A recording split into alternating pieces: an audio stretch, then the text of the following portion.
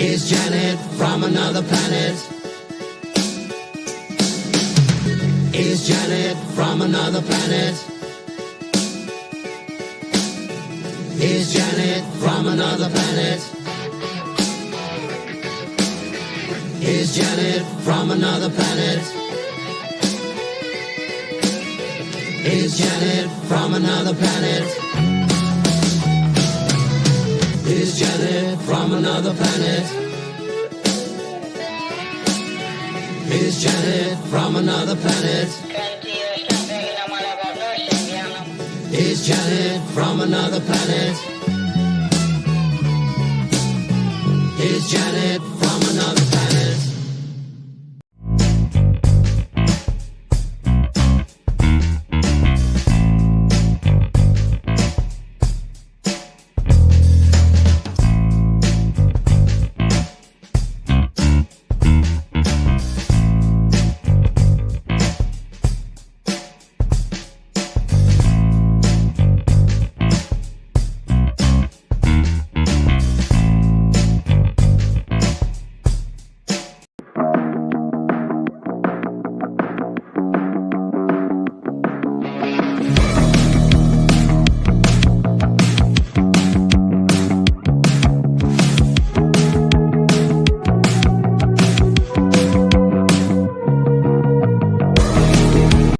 The opinions you're about to hear on this show are strictly those of the panel.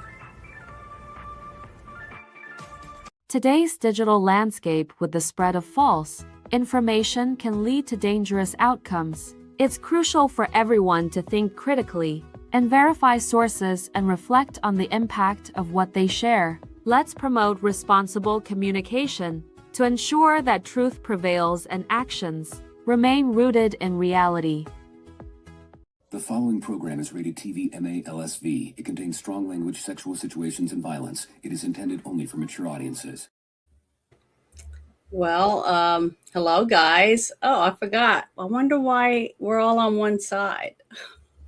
Because that's how it is. Is it because I have a video that I'm going to show? Yeah, or something. You set it up that way. Yeah, okay. That's probably. But hello, everyone. Thank you for showing up tonight. And thank you, Tommy. And thank you, Ruben, for being here. I thought I would start off with a little joke from Ronald Reagan first. So I'm going to present that really quick. Asked my friend's little girl what she wanted to be when she grows up. She said she wanted to be the President of the United States. Both of her parents, liberal Democrats, were standing there.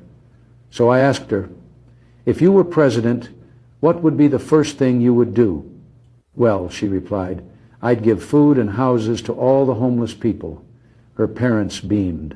Wow, what a worthy goal, I told her. But you don't have to wait until you're president to do that. You see, you can come over to my house right now, and you can mow the lawn, pull weeds, and sweep my driveway, and I'll pay you $50. Then, I'll take you over to the grocery store where that homeless guy hangs out, and you can give him the $50 to use toward food and a new house. She thought that over for a few seconds, then she looked me straight in the eye and asked, why doesn't the homeless guy come over and do the work and you can just pay him the $50? I said, welcome to the Republican Party. Her parents are still not speaking to me. Oh, I just thought that was funny. I was going through a whole bunch of videos that I already But the had. thing is that Trump would say that now in his own way. Yeah, I know, but I just thought it was hilarious because But I remember that a lot. When I remember. Yeah, I remember. I watched that when it happened. Oh, really? Yes, of I course. didn't get to. I don't remember watching it on TV or anything like that. I just remember other people talking about it and stuff, and then it coming out on. What am I old? So I thought that was hits 40. really good because honestly, if every parent would do that, teach their kid, hey, if you want this is how you can do it. This is how you can achieve your goal, and get them to go and do that. And a couple of parents I've played a few videos where the kid got their first job and they got their first check, and then the mom would take help cash a check and then say that, okay, well, this is money for this is money for that. And then she'd take like $20 and take it to give it to their sibling. And they're like, what are you doing? Well, this is how it works in the system. You have to take money out of your check to give to people who don't do anything to earn it. Well, there was one very similar to that, where the mother actually had the daughter completely clean out the kitchen, like scrub it from top to bottom, like and make everything spotless. And she got she was like, amazing job on that. Oh, I seen this one on Twitter for that one. And she handed her like $50. She said, well, I got to take half of it and give it to your sister who's laying around doing nothing. And she's like, well, that's not fair. And she's like, well, welcome to socialism. I know. And that's a great thing, though, for parents to teach their kids what it actually means. Because apparently, look at all the people that just voted in New York to get to openly vote a Democratic socialist in as their mayor. So let's wait and see how that goes for these people, because they think they know what they're getting. But I think they're going to have a very, hard road to hoe. But this other thing I wanted to play, I thought was really cute. So I was going to say, this is hot news.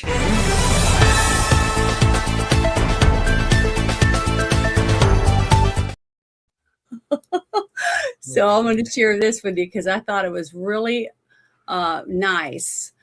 This guy does right here. I don't know if you guys saw this. It says, man chases down and catches a thief who stole a purse from an 87-year-old woman at a grocery store and is later rewarded for his bravery by the sheriff's department. Well, I want you to watch this video. Okay, this is the grocery store right here.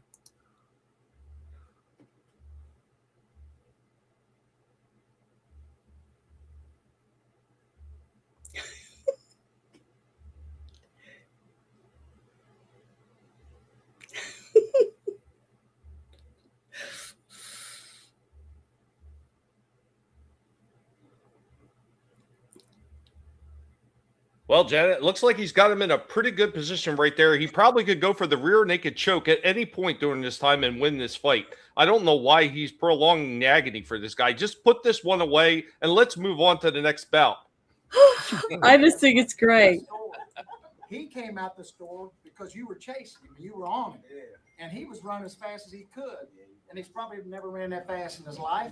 And he's probably not appreciated the police showing up that quick in his life, which we didn't get there real quick, winky wink. You took and made what we call a citizen's arrest. And you make us very, very proud. Everybody, just not here, but everybody in the country, man. Yeah. And we're proud of you, and I mean that. And thank you for what you've done. All right.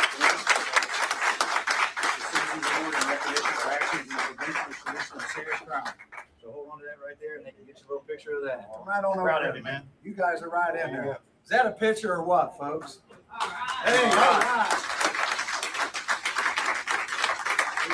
In Georgia? Oh, look, I can't remember what state it is in, but the thing is, this is the kind of stuff that needs to be on the news. This is showing a black man saving a woman's purse for because he's a decent guy. This is showing that there's good people on both sides. Okay. And the fact that the police department even recognized what he did was a wonderful thing to help someone else, because he could have got hurt. The guy could have had a knife, and we don't know. But the thing is, he did it. He didn't have to do anything, but he took the time and did it for someone else that he didn't even know. And you could see him wipe that tear from his eye. I just thought it was wonderful to see that. And I wish, I really, really wish we could see more things like this happen on the news, nationwide, so people can see that there's still good people in the world. And you could be a good person too. If you see something, try to help. And that's the thing. A lot of these kind of things are never going to be put on the news, because this actually kind of promotes one of the things that he no doubt had in his family, which is family values and having respect for other people, and especially having respect for the elderly. The news media outlets don't want to push anything like that because they're completely anti-family values. They're completely against that nuclear family as it is right now. So that's why it's, stories like this will never get pushed on any of those news outlets ever. Well, I'm sharing it in my chat so that anyone else that hasn't seen it or wants to Jennifer, share it with us. Yeah, delete what you have. Delete whatever you put in your chat. Why? I don't know. It's just a bunch of numbers. Oh, really? Yeah. I wonder what that is. That's ridiculous. See right above it? This is it. So it did something. It looks like it carried the numbers over. Oh, it's the second part of it. So I wonder why it cut it in half. I guess it was too big. Okay. I hope so. Thank God. Yeah, sorry, guys. It cut it in half for some reason. I have no idea. Maybe it was the way I pressed on the mouse or something. I've never seen it do that before. But I just wanted to share that because I just think that's wonderful that we had. For a minute, that was a credit card number. Oh my God, what are you doing? No, not that. I don't buy stuff like that on my internet, like that over on my computer or whatever. And I don't save numbers like that. Whenever I buy anything over the internet, which is usually right before Christmas, I go buy those prepaid cards. Oh, yeah. And that's what I use. That way, if they get the number, they don't get that much off of it because there's nothing. I'm not going to put my actual bank account stuff on there. So I'm one of those people. Cheap. But I just thought that was really, really nice, and I wanted to share that. Yeah. But this next thing, hold on, gotta make sure I got the right. Is Vink? I'm sorry, I'm not really sure how to pronounce that name. Zinkla? I can't pronounce that. He said it was in Ohio. Oh, it was in Ohio? Well, great. It's awesome. It's nice to know that Ohio's got some good, decent people that care about their neighbors and try to help. It's nice to see that because I wish we could see more of that. And I know that there's more of that. I know there's people helping other people in instances like that. It's just nobody knows because nobody shares it. You know what I mean? So it's really, really terrible. But let's see. The other thing I wanted to share was this, because I think we need to be reminded of this. I remember my mother loved Paul Harvey. She used to listen to lots of his shows and stuff. And my grandmother would sit with her.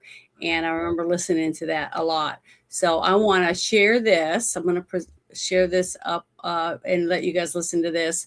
I'm sure you probably all heard it before, but I think starting out our first shit show of the year, the brand new year, this is a good reminder of where we could be going or not going, depending on our choices in this new year for ourselves. If I were the devil, if I were the prince of darkness, I'd want to engulf the whole world in darkness, and I'd have a third of its real estate and 4/5 of its population, but I wouldn't be happy until I had seized the ripest apple on the tree, thee. So I'd set about, however necessary, to take over the United States. I'd subvert the churches first. I'd begin with a campaign of whispers. With the wisdom of a serpent, I would whisper to you as I whispered to Eve, do as you please. To the young, I would whisper that the Bible is a myth. I would convince them that man created God instead of the other way around. I would confide that what's bad is good and what's good is square. And the old I would teach to pray after me, Our Father, which art in Washington.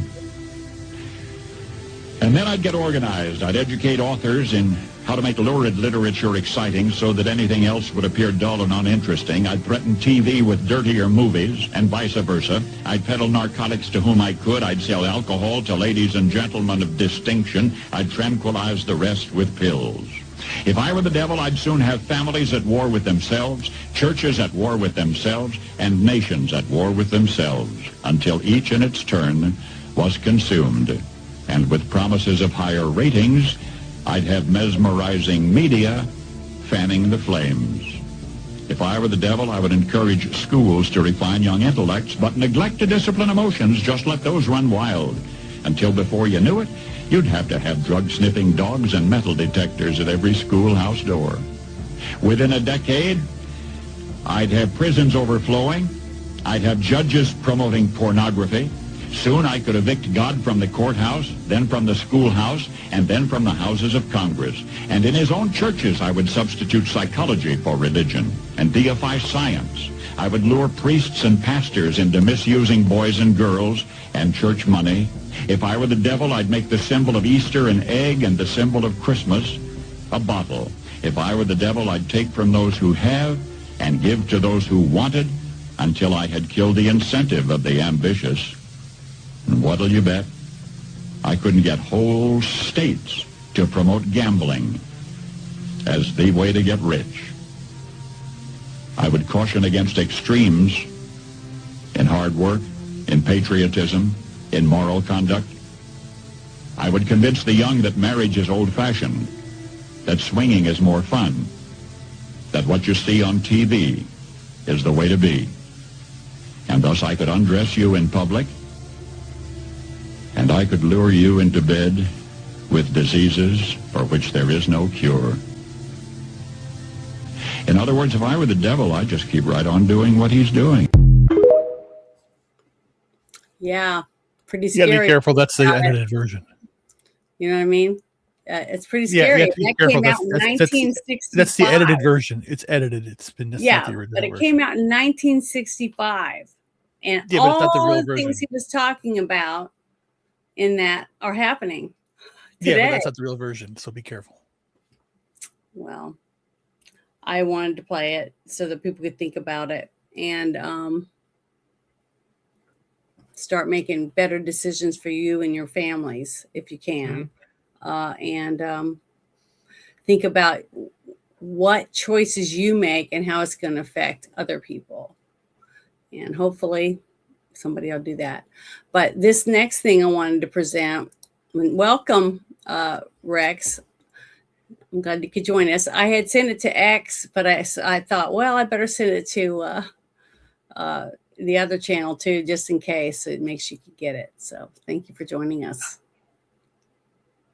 So I'm going to share this other image file.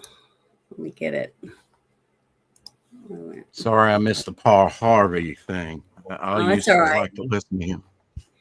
Paul Harvey in 1965 when I was born. Wow. Yeah, it was a long time ago. But the thing is, it's what he was saying that I thought was important.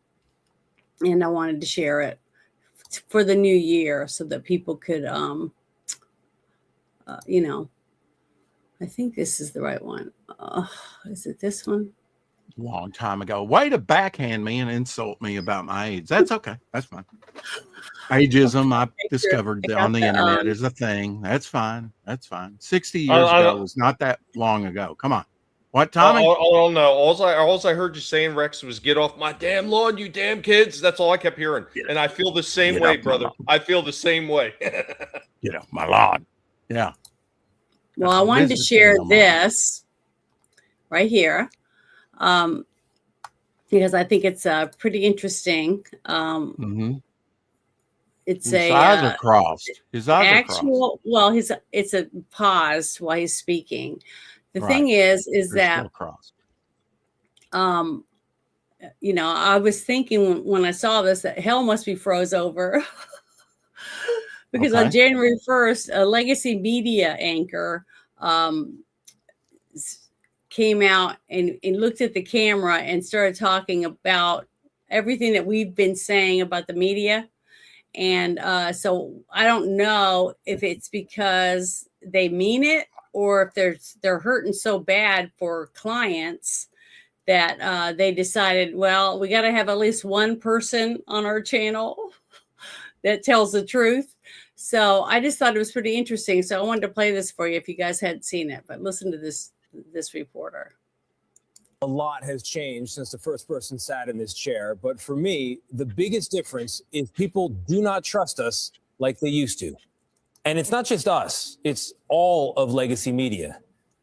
And I get it. I get it because I've been hearing about it from just about everybody for more than 20 years as I've traveled America on this assignment or that. My mom's neighbors in West Virginia, my own neighbors in New York City, thousands and thousands of conversations in between. Sometimes people want to talk to me about our coverage of NAFTA or the Iraq War. Other times it's all about Hillary Clinton's emails or Russiagate. Or more recently, COVID lockdowns, Hunter Biden's laptop, or the president's fitness for office. The point is, on too many stories, the press has missed the story because we've taken into account the perspective of advocates and not the average American. Or we put too much weight in the analysis of academics or elites and not enough on you. And I know this because at certain points, I have been you. I have felt this way too.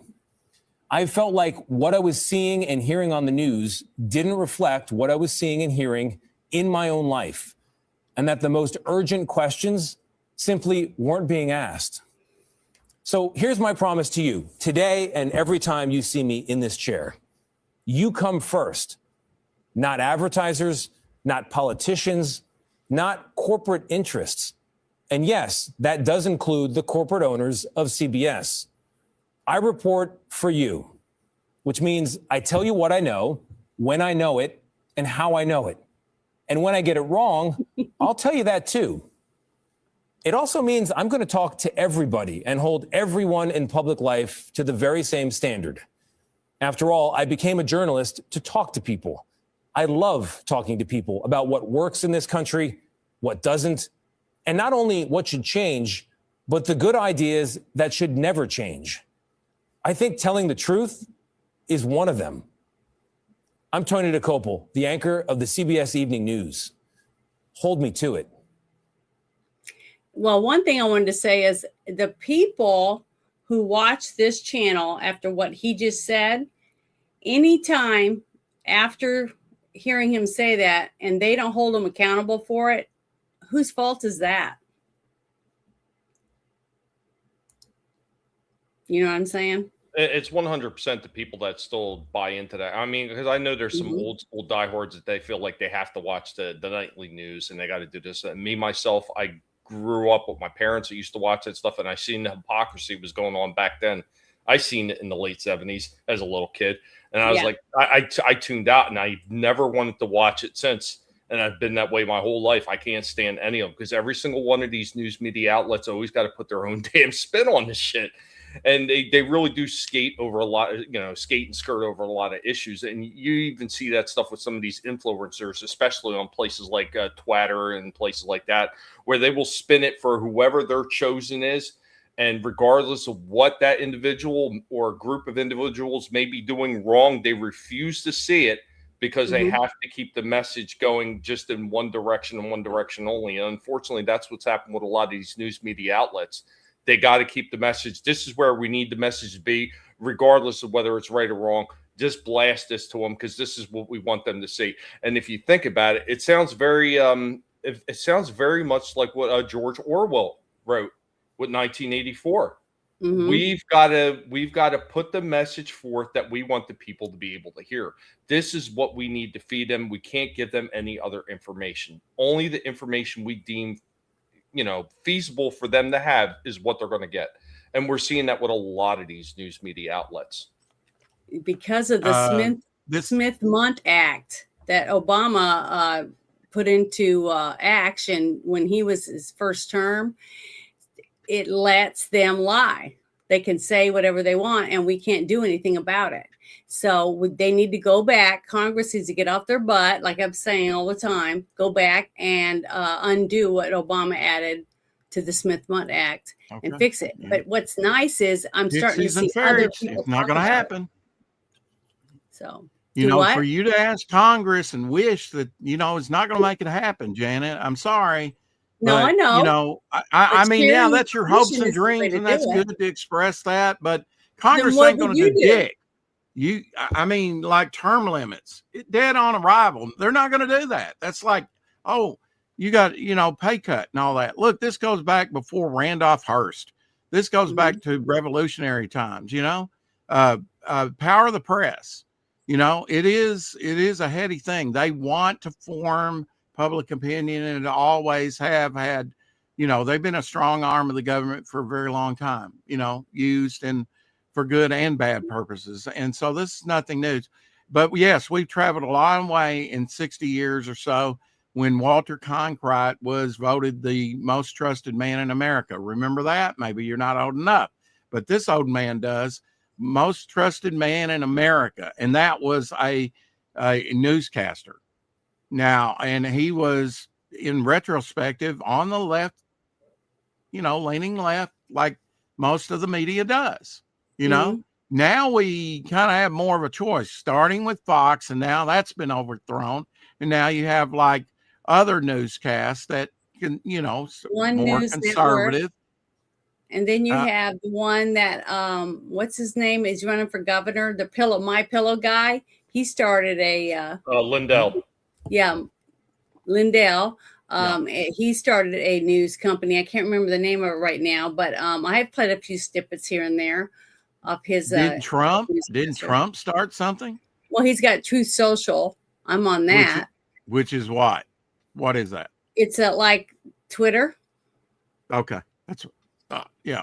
It's getting bigger. It's kind of like what was Parler was, that grew like really huge, and Google and YouTube and them ganged up on it and took their servers down. So they basically had no way to do it. And as soon as they bent the knee to Google and stuff to get back on it, people left because it wasn't the I same. got to give the evil eye, the stink eye to that guy that just spoke. I'm glad he said that, but hold him accountable. I mean, I don't have a lot of faith in CBS or his overlords that pay his paycheck. But what cracked me up about what he said was, I've been doing this for 20 years. Why did it take him 20 years to say what he said? Yeah. You know what I mean?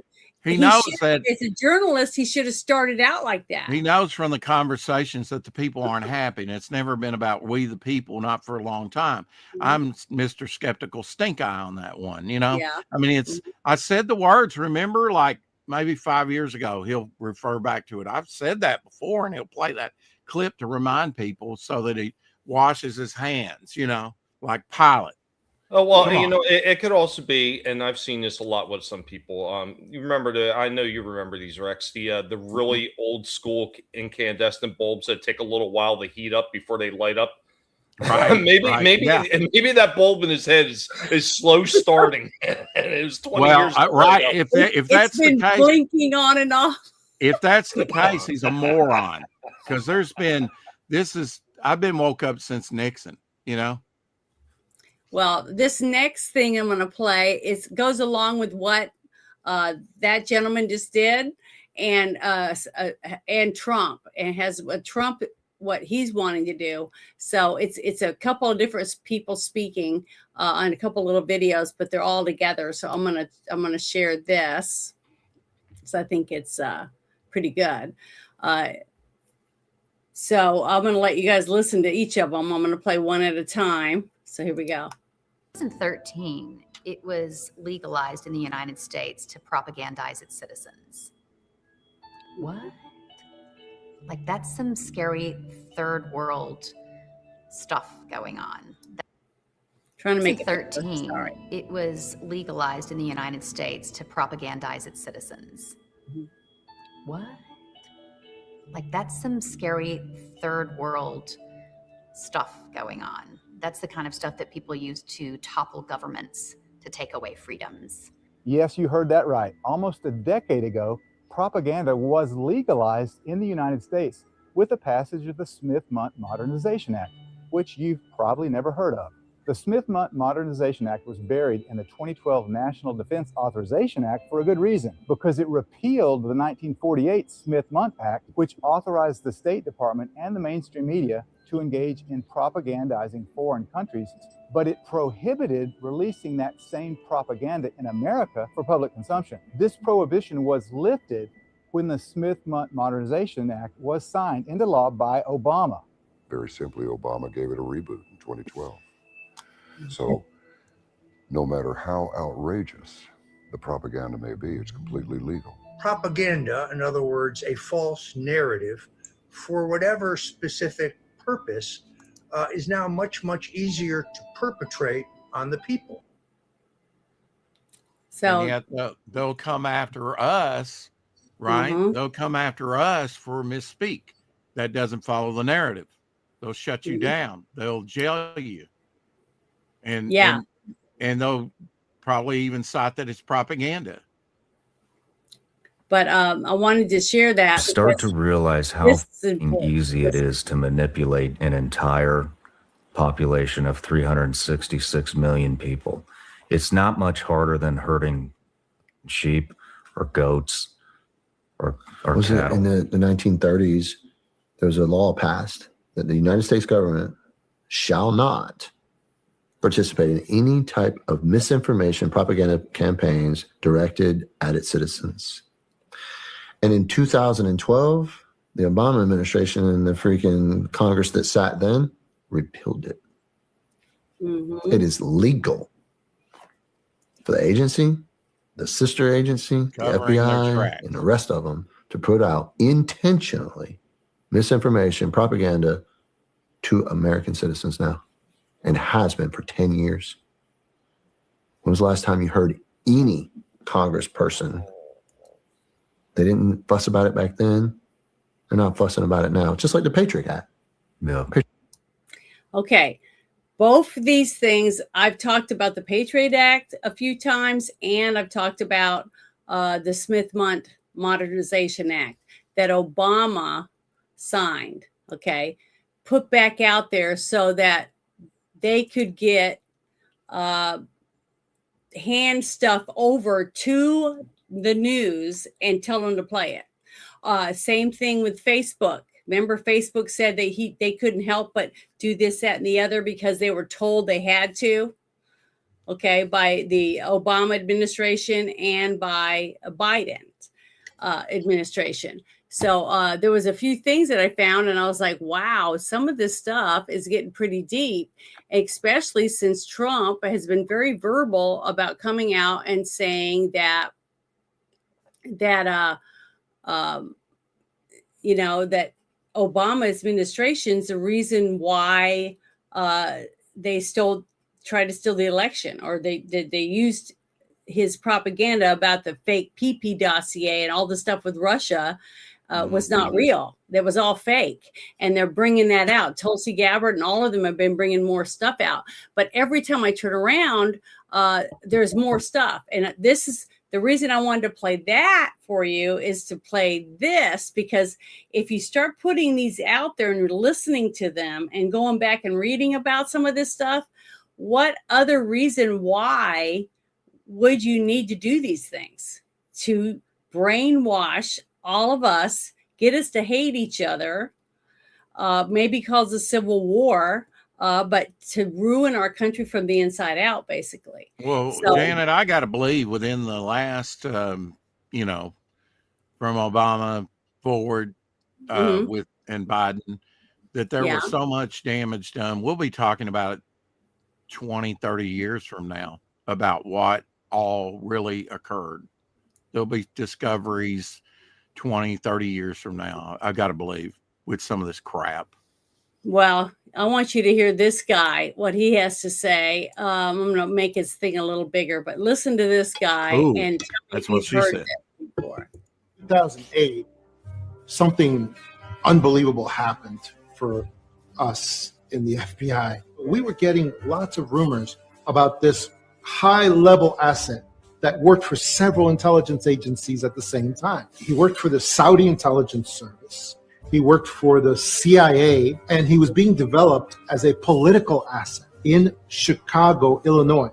He was not even a United States citizen, but it was said that he was a student visa and that he was a national from another country. In 2008, everyone in the intelligence structure found out who he was. It was this individual whose name I don't like to say, who became president in 2008 of the United States. And I will faithfully execute the office of President of the United States. No, you won't. President of the United States. One of his code names was Renegade. Devil incarnate. Barry Soetoro. But he adopted a different name for his political career. Not even an American. Ran him for president. The cabal basically, this was the culmination of so many of their plans for so many years. His mission was to destroy the United States from within, one institution at a time. one of the things he did, of course, was he defunded our military. He brought down the resources that they got. But then he ordered our military in many, many instances and in various theaters to attack our allies and to defend and supply and help our enemies. That's exactly how he created ISIS. He would say publicly that the military were going to bomb our enemies, but then he would have the military actually bomb enemies of ISIS, our allies. He gave ISIS funding and equipment by basically ordering our military to take equipment into a certain theater and then abandon it. And the commanders would say, that's ridiculous. We'd just be handing that stuff over to ISIS. And the president's office would say, don't question orders, just follow your orders. And that. Okay, so all of this stuff, is it making any sense to you guys? Remember the pallets of cash in the middle of the night that they were saying that they were delivering? And then the way that we left Afghanistan by leaving all of our planes and our Jeeps and our weapons, everything. We just abandoned the place. We left troops in Benghazi that were later killed. We were told to stand down from rescue effort. Also, remember the what was it called when they left all the weapons and guns and stuff on the other side of the border? They were saying they were trying to capture a bunch of drug running and stuff. It was called something guns and something. I can't remember the name of it. But all of this stuff is like, when you start putting it together, and I was like, no wonder they're putting the information out about him being the one in charge at leaking the information, knowing it was fake, to oust a sitting president. Okay. And this is a person that was president of the United States. Okay. But you have all the people now. You got the Kennedy that's in there. You got Tulsi Gabbard that wasn't really a Republican or whatever, a GOP. All of these people digging up this information and putting it out there. That's what's scary, that a man that can have the agenda, not even an American citizen, can become president. Mm-hmm. But it's all this stuff coming out and adding more and more and more to the story, going, wow, they went through a lot of work to get this all set up. Why isn't he in prison? Because they have to get the whole thing together. Did you know about this right here? Oh, yeah, they'll be getting till the statute of limitation. They'll never get him. I predict that right now. They'll never get him. When something eat my hat. I know, but when something does happen, I expect you to apologize to the people that. I'll apologize and eat my hat. Okay, well, I would love to see that, because I am starting to see why it's taken as long as it is. Now, we've arrested drug dealers, we've arrested child traffickers, low-hanging fruit. I know, but it's still people that are being put in prison. I hope so. I will be dancing on my roof. I said that if he gets defeated, I'll be dancing on my roof. It never happened. All of these people are all interconnected, because all the money, they're shutting down the money. When they don't have drugs to sell and they don't have children to sell, they don't have women to sell, they're not making money. Biden was a useful idiot, but Obama, he was strategically placed. I blame Obama for a lot of this, especially the racial tension. He could have been the great. He could have done more for blacks. I'm not calling that right. I mean, when I straight out of high school, applying for my first job besides on the farm where I did work before, straight out of high school, when I was hired, it's like, I said, why is that? Well, we have to hire so many women. We have to hire so many blacks, brown skins, whatever, minorities, that's when my eyes woke up right there to that. We got to hire a certain amount. It's like, why don't we just hire the most qualified person? Whether the thing is, if you believe what that gentleman just said, okay, and he was FBI agent. if you believe what he said, yeah, and I do. Even some of it, then Obama was not put in there to help raise the black man. He was only in there for one reason, to go under everything, turn everything upside down, so all of us in America are fighting each other. Because if there's chaos in here, then they can get away with putting out the different laws to be able to track you, to be able to get your fingerprints, your DNA, to make sure that you all are on the digital thing to where you can't use cash. I mean, all the different stuff. It's slowly being implemented because of they're saying for security purposes. But listen to this thing. This is another one. It says all roads lead to Obama and the intelligence community, raised by elites and groomed by intelligence, not only to infiltrate the United States with the presidential seat of power, but to destroy the United States, one institution at a time. This is another video, not by the same person, but listen to this. It's just very interesting how everything that we've heard about how he set up the whole thing with to get rid of Trump. Okay, so we had to get rid of him. We can't let him in there. It's Hillary's turn. Hillary's supposed to be in there. So here we go. Nobody knew there'd be a pandemic or an epidemic of this proportion. There may and likely will come a time in which we have both an airborne disease that is deadly. And in order for us to deal with that effectively, we have to put in place an infrastructure, not just here at home, but globally, that allows us to see it quickly, isolate it quickly, respond to it quickly. So that if and when a new strain of flu, like the Spanish flu, crops up 5 years from now, or a decade from now, we've made the investment and we're further along to be able to catch it. It is a smart investment for us to make. It's not just insurance, it is knowing that down the road we're going to continue to have problems like this, particularly in a globalized world. The day after an election, the director of the CIA authorizes a president-elect to begin receiving a PDB, a president's daily brief. And so the day after the election, they go with this 16-page document and they say, Mr. President-elect, wait till you see the cool things we're doing all around the world. And they've sucked him in. They made him one of the guys. And then we get the feedback at the CIA. Oh, the president loved this. The president had a follow-up question on that. Oh, the president said, oh my God, when he read this. Well, it almost sounds like you're psychologically profiling the president. Oh, I think that's exactly what they do. And so they use the tools that they have employed for decades to subvert foreign governments to subvert their own government. In 2008, something unbelievable happened for us in the FBI. We were getting lots of rumors about this high-level asset that worked for several intelligence agencies at the same time. He worked. But see, that's what I'm talking about. It's all starting to be put together. So it's laid out in a timeline trying to show you the people, basically, of who was doing what and who they were doing it to, which was all of us, okay, as American citizens.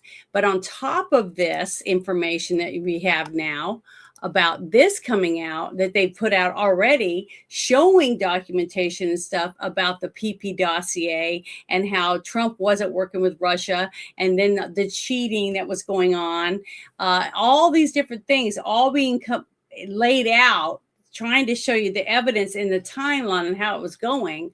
All of it already that we've got out, but also the stuff that hasn't been released yet that they're still trying to set the stage for something huge. I don't know. All I know is that something is about to happen because they have so much evidence and they have proof of it. Okay. They've got all this proof, but nothing like this has ever happened in our country. So when they put it out there and they decide to prosecute whichever way, probably with the military tribunal things, it's got to be done properly because the world is watching us, right? And a lot of it's going to come out that we screwed over other countries. Not, our country did it. So that means all of us are going to be blamed for whatever comes out to prove that this administration did some of these things. Both But just Obama remember- and Biden messed with Israel and their governments and their elections. But not just that. Guess what else? Remember not just when that, Russia, no. remember when Russia went over the border and went right to 7 different places in Ukraine? Remember that? Janet, And then I can't stand up in front of the camera right now because my pants are off. You know why? Because my pants have been off since Obama, at least. You know? Yeah, I can believe it. But the thing is, Russia went in there because they had labs that were, who knows what they were making, what kind of chemical warfare, what kind of germs. But Russia knew that they were doing something, and they went in there. So what happened was our people that were in charge, which was the Biden administration, and this person right here, it's on the screen above him, whispering into the ears of whoever to give them some more meds and stand them up in front of the camera, whatever they were doing, right? Because they had to go to war and make Russia the bad guy, because they couldn't let Russia come out and say, this is what we got. This is what we found. This is who's doing what, blah, blah, blah. You see what I mean? So they had to come up with some more shit to throw at it. More and more money to shovel it into Ukraine to help them support the war so that they could cover up more shit. I'm telling you, it's huge. This is going to, Absolutely. It's not government that necessarily needs to be fixed. It's we, the people, that need to be fixed. I don't know why we're not protesting all this stuff right now, and we're not out there every day doing something. And then as soon as you say that, well, I got to go to work, I got to do this, I got kids. Okay. Don't blame the gun for, the homicide. It's we, the people, need to wake up to this stuff. We need to get active, proactive, and pressure and elect the right people that will actually tackle this. Well, and isn't it interesting the right that people Elon are going to be on the side of the common everyday Joe that sees the problem for what it is. Yeah, but that seems to be the biggest problem, though. Where are the right people? Because they don't exist in the current government that we have right now. I mean, as far as I'm concerned, every last one of them is corrupt, and that goes right up to Trump too. They're all corrupt as far as I'm concerned, and I don't trust any of them. I've always been of that mindset that I don't trust suits. I don't trust them because every single one of them, in the end, they're always out for themselves. They don't really understand the plight of the common person. Somebody like me, somebody like you, Janet, or some of the fine people in the chat. They don't understand our situation because they've never had to live in it. And that's what really infuriates me when you see some of these politicians say, I understand, like Bernie saying, I understand the working man. Yeah, really, with your 7 mansions, you understand the common working man? Get the hell out of here. But the thing is, because of what happened with Doge, okay, Doge was the beginning of the waterfall coming over the dam, right?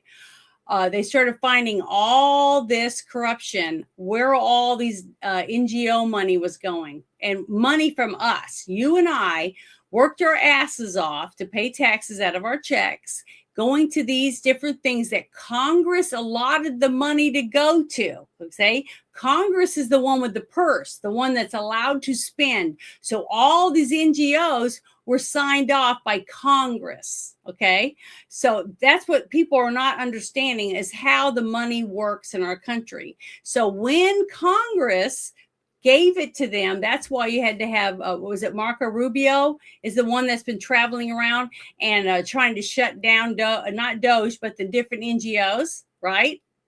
And trying to improve his image so that he can run for president later on. Maybe. But the thing is, about it. Well, somebody's got to do it.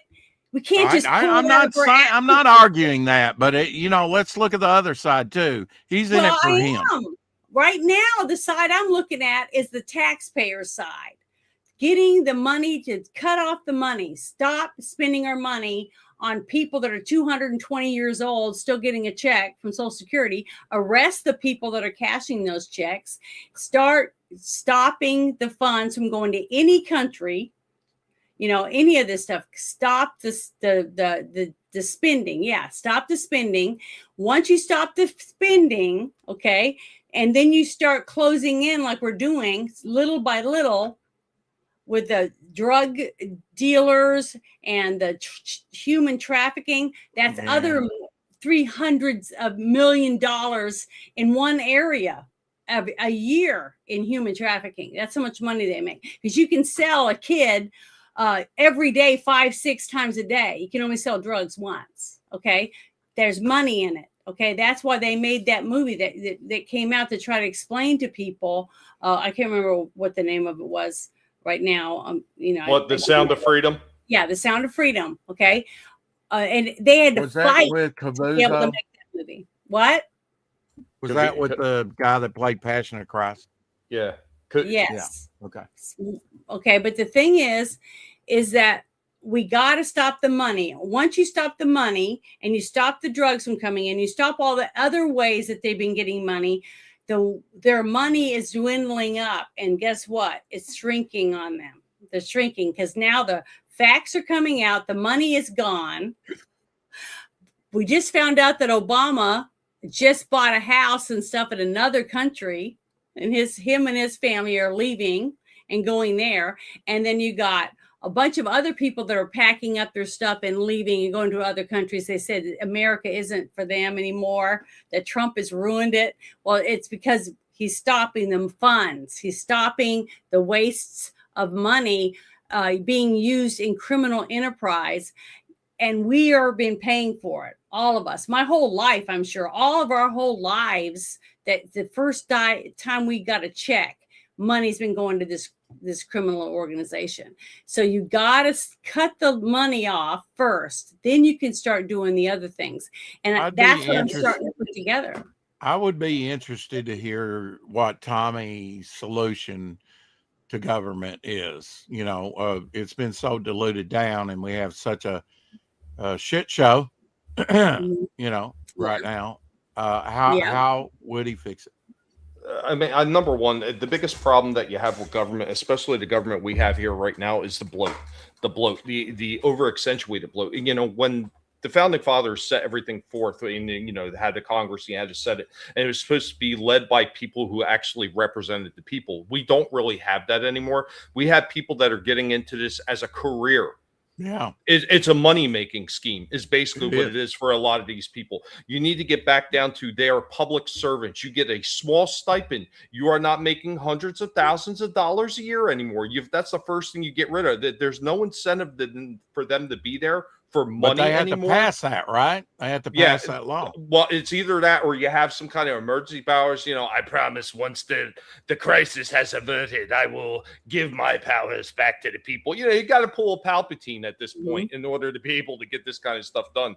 But once you make it so they're not in there as a career anymore, and they're not making money off this, then you're going to get people that are actually going to be in there for the actual welfare of their communities and everything. And that's why I applaud certain people like Glenn Jacobs, the former wrestler known as Kane.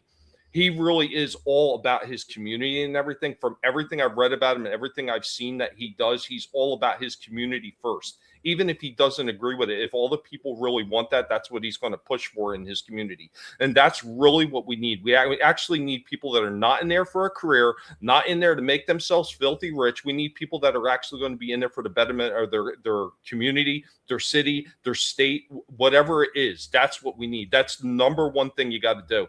And for the people that are sitting in there and, you know, they're taking all this stuff, like, you know, they're being able to do shit like Pelosi did. You got to eliminate that too. That's got to be completely eliminated across the board. Trying to do that right now. Yeah. But as long as you're in office and there's no way that you're going to be able to use your position to be able to benefit you, that's the only way you're going to fix it. Because once you eliminate those problems, the only reason that somebody's going to be in there is to help everybody else out and help their communities out. That's the only way to do it. When we first started having people that would travel to Washington, D.C. to pass laws and stuff, they left. And then they went back and ran their businesses. Okay. And then they'd go back and make a vote or whatever. And then they come back and they ran their businesses. They weren't making all their money in Washington, D.C. They were making it from their jobs back home. And the sad truth is now you got them moving and living in Washington, D.C., not where their constituents live anymore. Yeah. Okay. And they want to make it That's a one state. thing. They And want to do that's that. But they never right now they're working on a bill right now to get rid of being able to do stocks or anything if you're a Congress member. And they shouldn't be able to buy stocks when they're in Congress or at all. put it on a pause. Absolutely. They're not supposed to be there for So a 60-year career. But that takes time to argue and do it by the way our Constitution is set up to follow the law. Because if we have both sides just doing whatever willy-nilly, then we're not following our Constitution. I voted for Trump because I believed that he was going to follow the Constitution and try to bring law and order back to our country. And so far, everything I've seen him doing when he went to California for the fires, trying to get them to get the water flowing again and change it so that the people can get their houses worked on, all the different things he tried, he left, and they said, fuck you anyways to the people. But Trump went there and tried to do something. He's tried, and he went to the other states that had the flooding and the mudslides, and he's tried to do everything he said he was going to do. So as long as he keeps doing that, I'm going to give him the benefit of the doubt that all this other stuff that's slowly coming out, whichever, even though it's slow, okay, it's coming out, and hopefully people are going to be held accountable. And I've said for the last couple of years, if we don't have somebody arrested for some of the stuff that everybody thinks is the most important, not just child molesters, people that are selling kids for a dime bag of drugs, have sex with my baby. What we the people don't understand is America's on critical care. It's been in the critical ward in the hospital for a very long time, economically, and especially with all these schmoes that are in office. And they're just like germs and bacteria parasites, leeching all they can, but they want to preside, and Obama even admitted he wanted to preside over the decline of America. Well, he did it, and he was facilitating it along with useful idiot with whoever put him in office.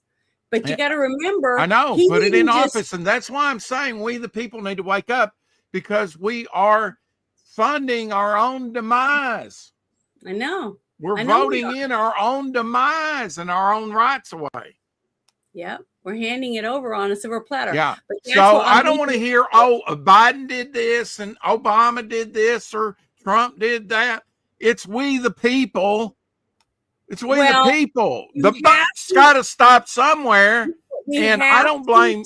I mean, to a lot of people, you understand. I understand why, because we've been following all of this since the beginning. As soon as our eyes were open, we've been following. But some people that might be just tuning in might not know anything about it.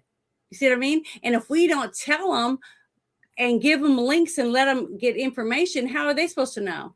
See, because the news isn't telling them.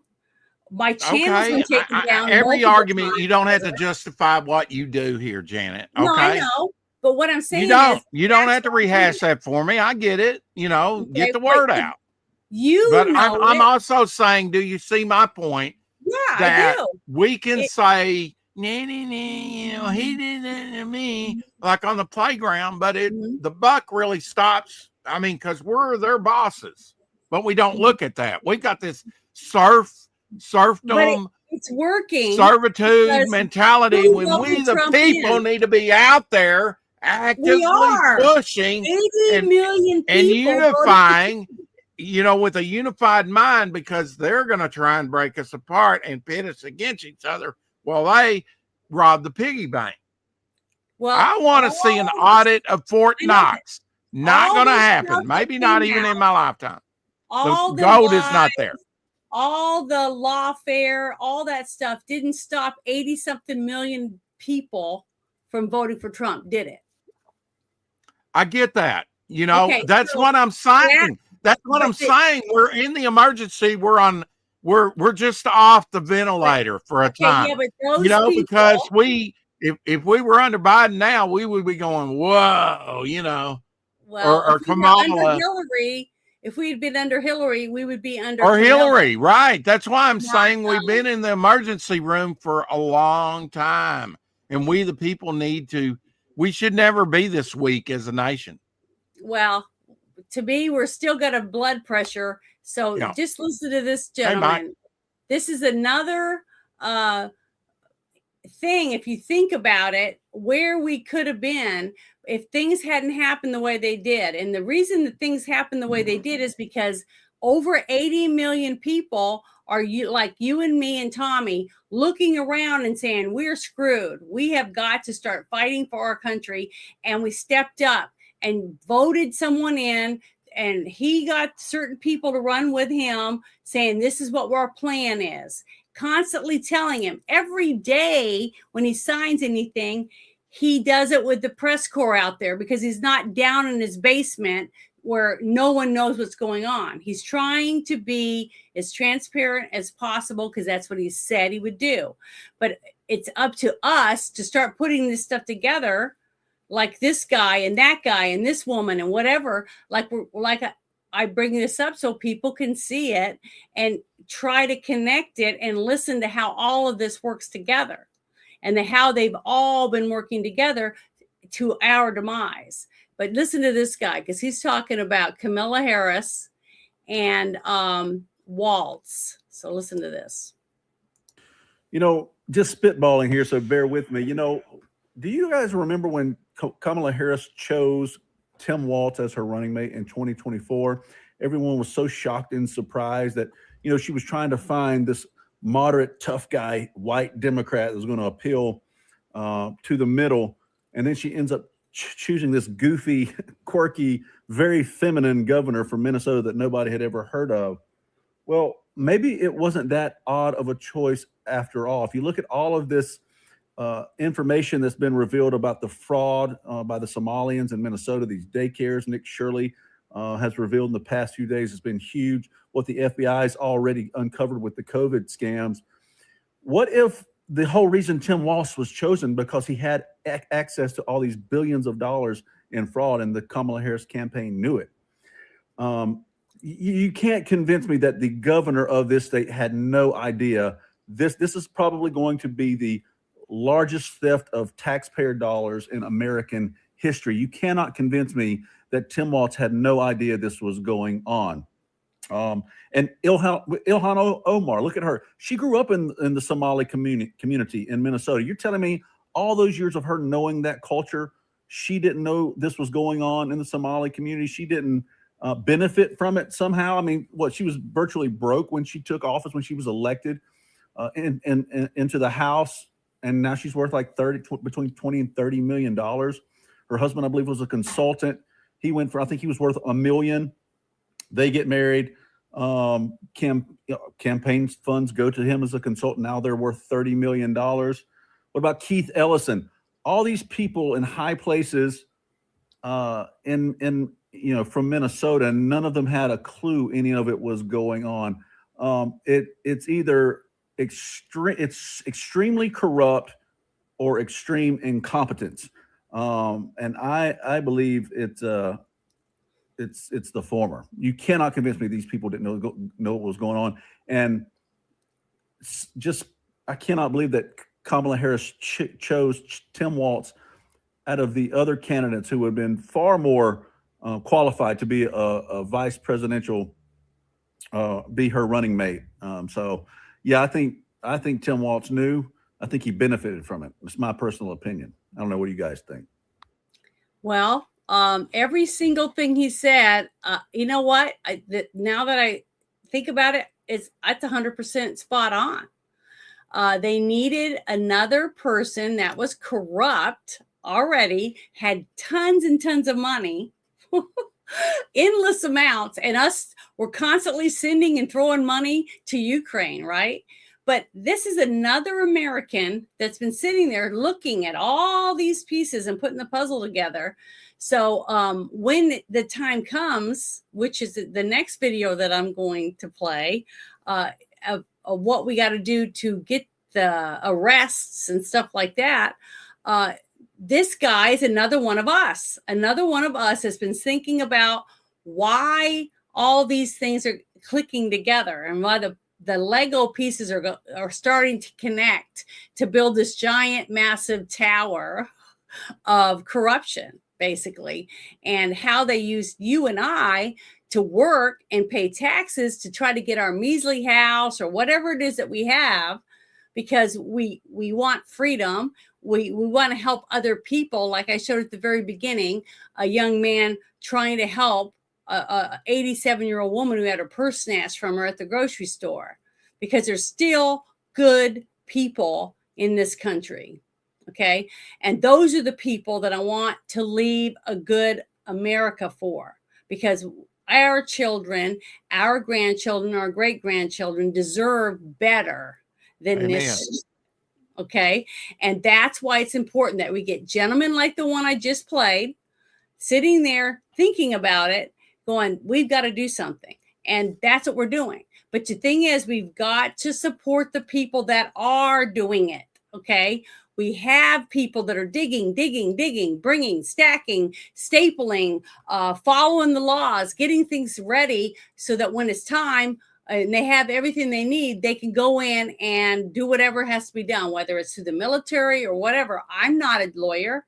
I can't tell you how it's going to be done, but I can tell you right now that I'm really thinking something big's about to happen, and that they've got shit tons of evidence, and it's probably going to be televised, because there's never been anything like this ever happen in our country that I know of. Unless it happened and they made a clone and pretended it didn't happen. I don't know. I don't know. I wish I could say I have faith in the system. I don't anymore. After watching some of the things that have happened, like let's just take the Diddy case. All the information, all the evidence that they had on him, and what happened to him. He basically. Yeah, but he did not get charged for any of the really heinous crimes that he did. Yeah, but he went to prison. Okay, see, that's a step in the right direction, because who would have ever thought?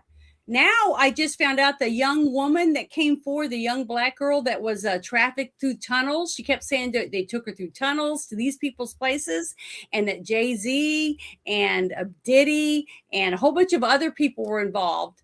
Obama. She's named all these names, is just about to come to a head, because I was watching her video earlier and I put it on my timeline. But, nothing's come out yet finalizing that, but she had more information, and she's done 3 or 4 different interviews. So it's here, there, different people all connecting with all of these people. Okay. Because the top people think my shit don't stink. I can say whatever I want. I can do whatever I want. I'm untouchable.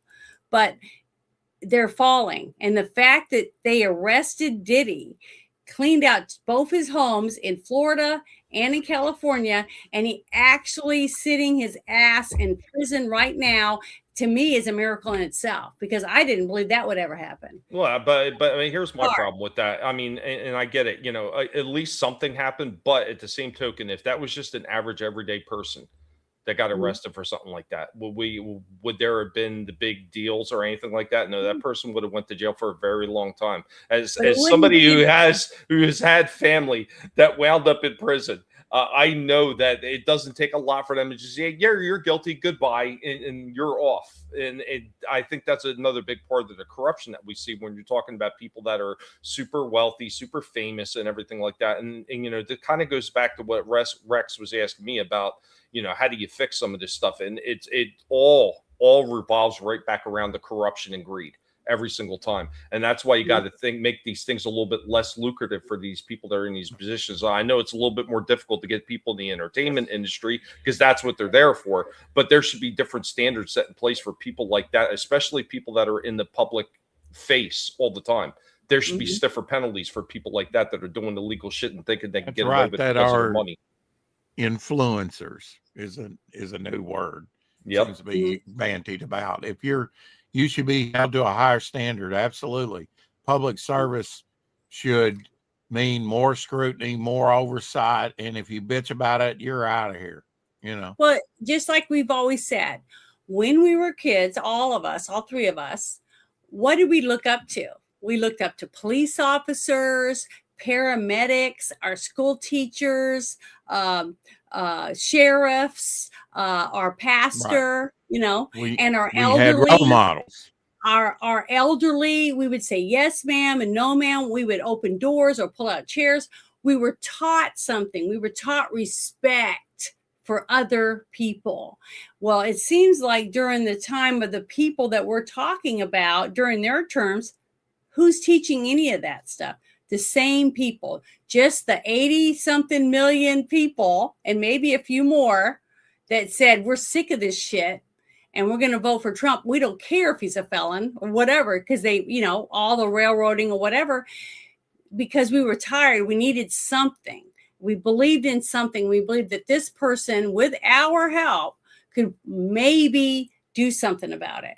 Now we're there. We've achieved that goal, but we haven't achieved the whole thing, because we have got to start seeing, like I said, arrests in 2026. But that's why I want to play this next video, because this is what he's talking about. And everybody knows who James O'Keefe is, right? YouTube know who he is, right? Yep, I've heard of him. Okay, so here we go. I'm going to play this. This is, I think this is, you know, this is what I was talking about. This is what I was trying to lead up to about what I feel is going to be possible in this next this year that we're in, this new year. I think the big story of the year for us was exposing the government subcontracting DEI fraud. And I wore that ridiculous wig, and I met with these people that were getting hundreds of millions of dollars from the Treasury and SBA. And they told me that none of the money goes to minorities. It just goes to line their pockets. Mm-hmm. So even if you support these DEI, even if you think, oh, it should go to the Native Americans, it doesn't go to the Native Americans.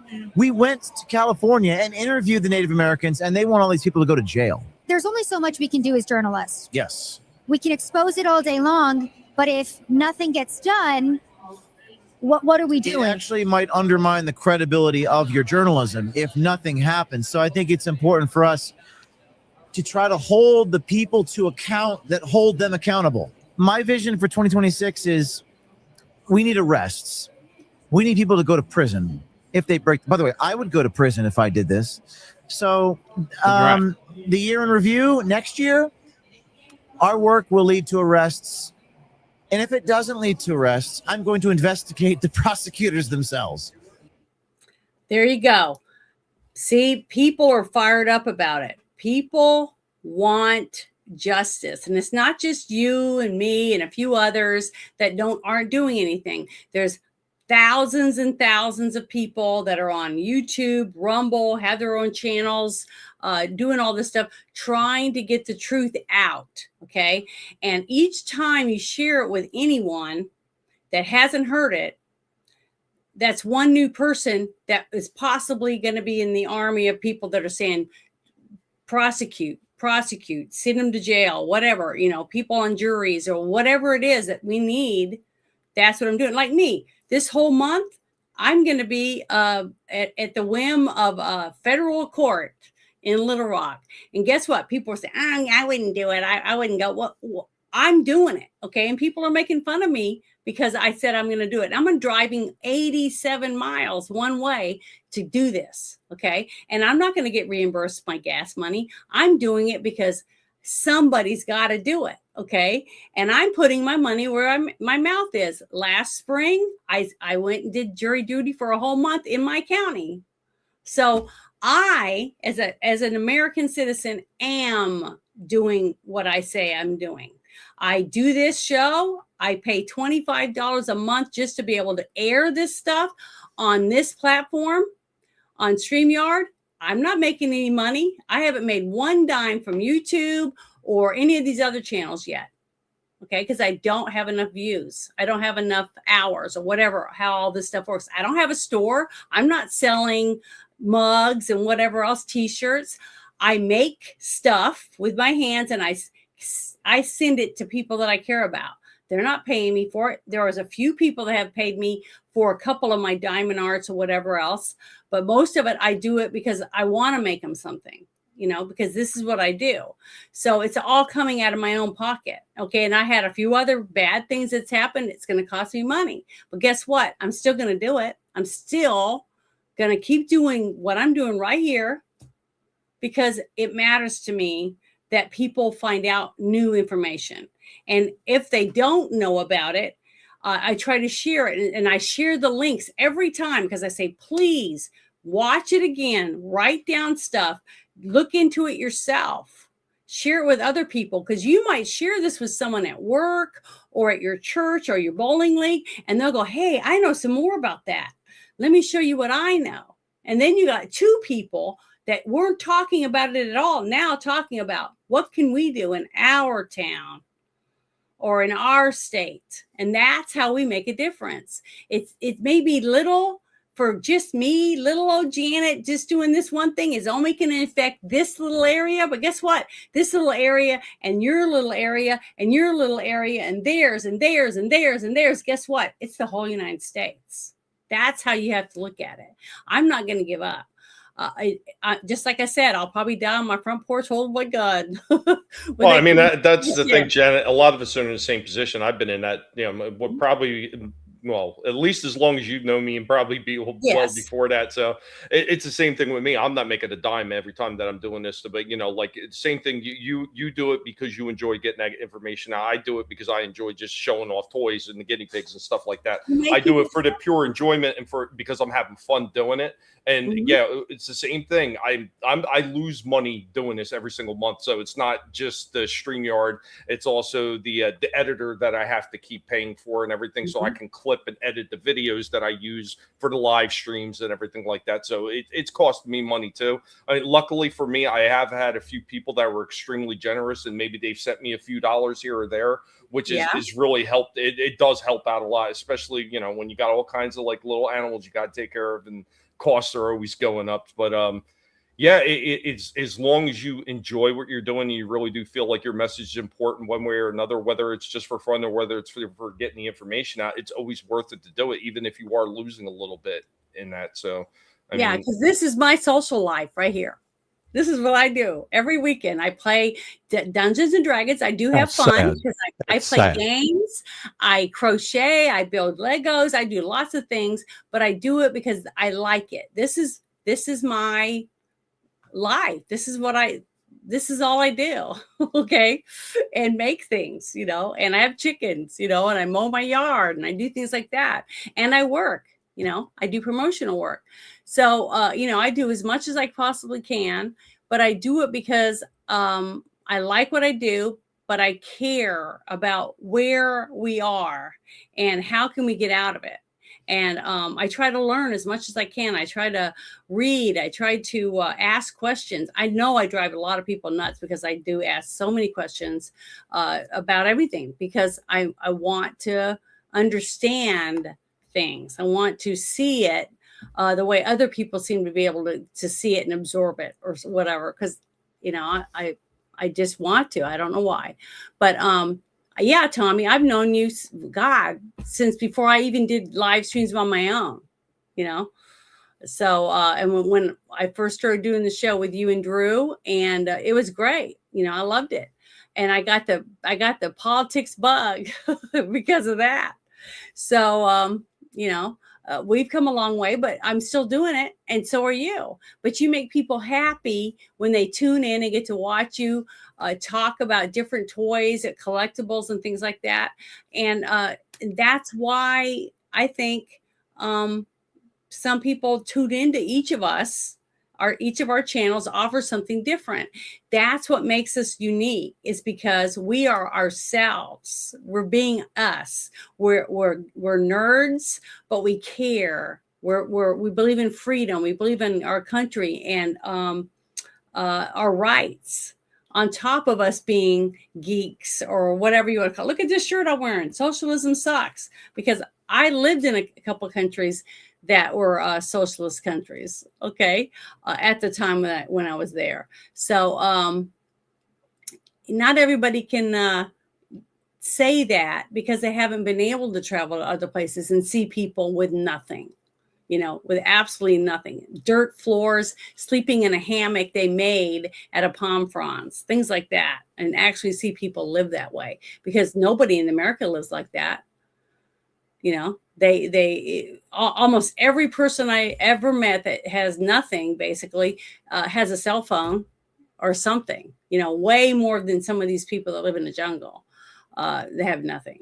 So we are the land of milk and honey. This country is. America is the #1 country in the world, even though we have all this corruption going on. We're digging in, pulling it out by the roots, trying to. We're still, I wouldn't want to live anywhere else. Honestly. Absolutely. So that's why she's worth fighting for, to me. I'm willing to do whatever I have to, sacrifice, work in a chicken plant, wait tables, dig ditches, mow people's yards, whatever I have to do. I'm willing to do it to be able to try to save what's left of our country and build it back up again and leave something better for the next generation. I want to. That will be my legacy. Not that I'm going to be, look, a monument for her, but my kids will know what I did. And my grandkids and my great-grandkids, because of what I did and instilled in my own children, which I think all of you do, or you wouldn't be interested in any of this. You see what I mean?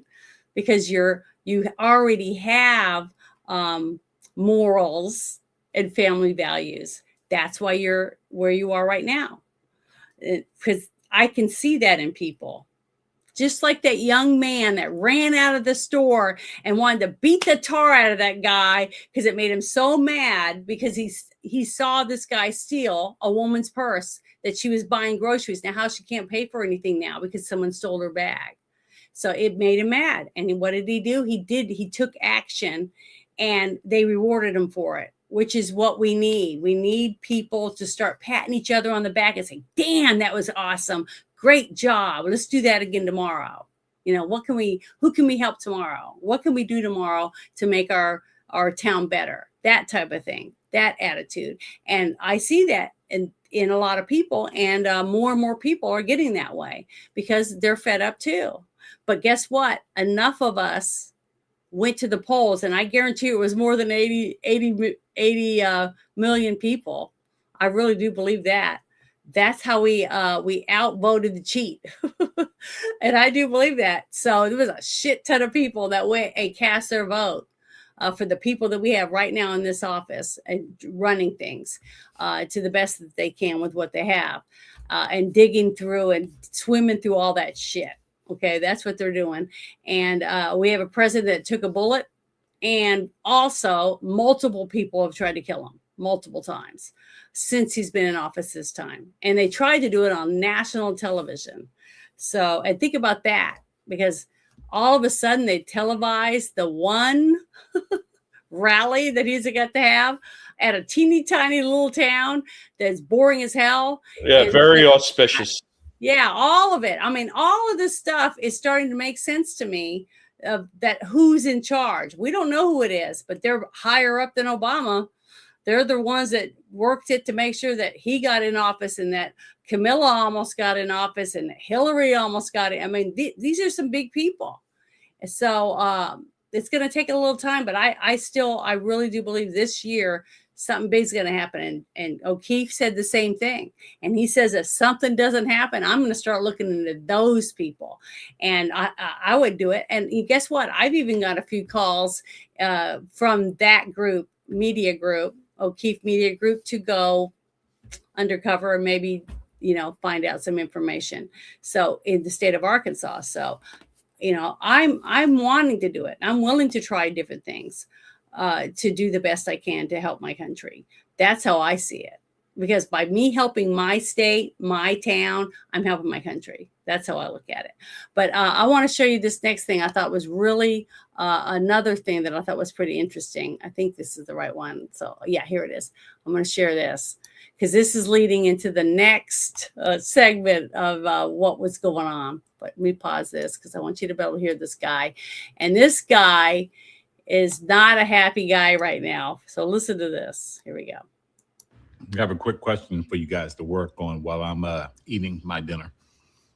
How the fuck do you get sworn in as an American mayor in an American city, New York, on a fucking Quran? How do you swear allegiance to America from a Quran? How do you do that? Somebody tell me. Is it even fucking legal? Okay, see, lots of people in their own way are speaking out their thoughts about different things that are going on in other places, not in their own town, but he wants to know. I don't have an answer for him. I don't know if it's legal. I said something about it earlier, and somebody told me that it was that he had the right to do that. I think it was Ruben that said that. So what do you guys think? Is it legal or not? Do either of you know? What was the question? I mean, the question is: it legal to be sworn in, take your oath of office to become mayor of the biggest city in our country on a Quran when we're a Christian nation? I'm sure it's on the book somewhere. I wouldn't advocate that at any time, but I don't know if it's legal or illegal. One thing occurred to me was like Mexico to replace $16 million worth of the GM corn and native varieties and ban the toxic herbicides that are being used. If we as Americans went into some of these smaller nations where, where things have not been corrupted as much as perhaps our country and the laws that impede us from doing the right thing, if we would go in as group and go, you know what, America made these mistakes. Maybe we need to, run within those countries or something, or work with those political, entities or something to get the right people in to say, we're not going to make the same mistake in these smaller countries, and then possibly, shield them and help ourselves in the process by shielding other countries from being gobbled up and taken over like we've become. Just a thought. Well, I mean, it doesn't have to, the healing of America does not have to necessarily, because they're pushing a global agenda. Mm-hmm. Definitely. Yeah. Right. You and can tell so maybe we need to be reaching out to some of these places and saying, this is a danger. Don't fall into the pitfalls we did. Don't fall into black, whatever it's called. And all these, don't take this money because that's going to lead you to this. And I think it starts with education, like you said. Mm-hmm. I think, if you don't know anything, send in teaching teams. You can call it propaganda if you want, but let them know that they can do the same. Make it volunteer. See, it's not propaganda if it's forced on you. It is propaganda if it's forced upon you. But if you send in a group of people, and you say, okay, we're going to teach anyone who wants to know how to do this or wants to do that, you can sign up and you can join either one of these, and we will teach you anything you need to know about that or this. And people willingly go in and sign up and learn. Totally different than saying you have to come to this camp, or you're going or you're going to lose your job, just like they tried to do with the jab. Totally different. Well, I think you need to be completely critical of the type of people that you're educating, because you don't want any of the ones from the Leering Institute. That's probably not going to help you any. No, I understand that. I think there should be qualifications, just like we don't want to end up back where the DEI stuff happened, where you have a person, supposedly a security person that's supposed to guard your life from being killed by Secret Service. And you got someone who's 5'7", guarding someone who's 6'4".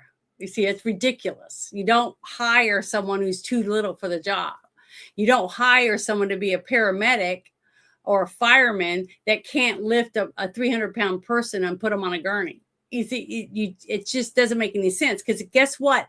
It could be your house that they send 4 people that are DEI hires on a fire truck to your house when there's a fire, and they can't save anyone because none of them know how to do the hose or do any of the stuff because they're too little. They can't do it. They can't do the job, but they got the job because they had a JJ. Yay! Well, half of them just don't even give a shit about the job. I mean, and you talk about demoralization of people, and especially when you're talking about people of just say maybe even a particular country. You look at some of the shit that they're pushing over in like Scandinavian countries, where they're telling them, oh yeah, they're teaching now, they're pushing to teach in their schools now that Scandinavian culture, like the people that were Vikings, they were not all of the same race, that there was darker people that were Vikings too, and that they helped founded their society. This is the kind of stuff that they push. And what happens when people start hearing stuff like that? Like they don't matter anymore because they're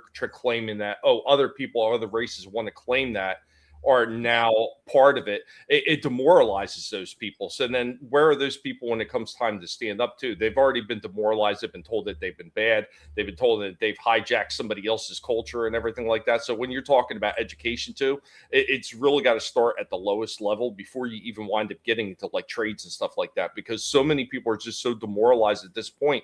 They don't even see a point to fight it because, you know, no matter what, they're going to get it from every single angle. Yeah. Yep, 100%.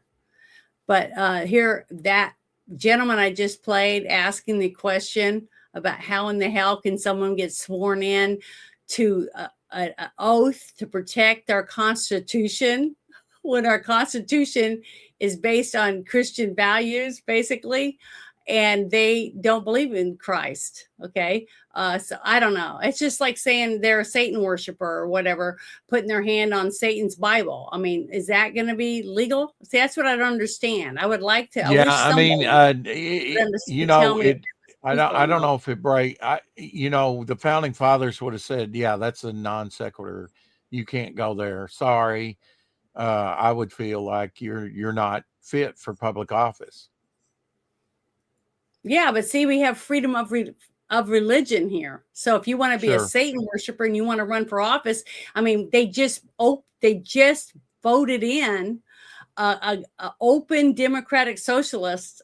Okay, and you know, I got a video that's him talking about that in a minute. But just this next thing I wanted to share is another thing about what we are about to see. What we're about to witness is already going on in Minnesota and in Dearborn, Michigan, and other towns in our country already. Yeah, that's what gets me, Janet, is you have people openly saying we are here to destroy the government.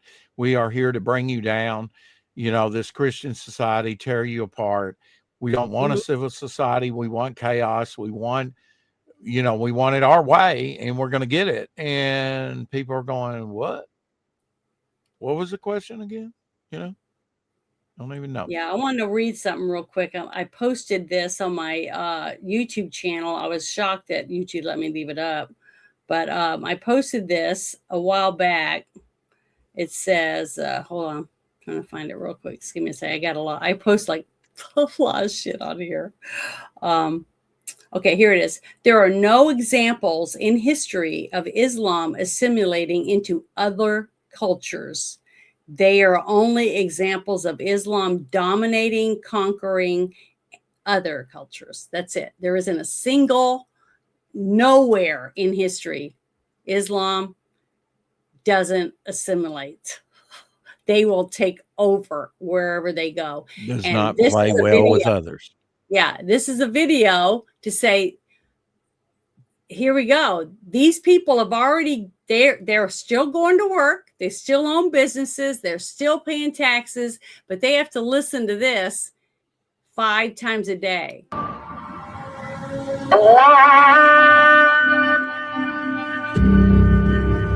right, that's enough of that.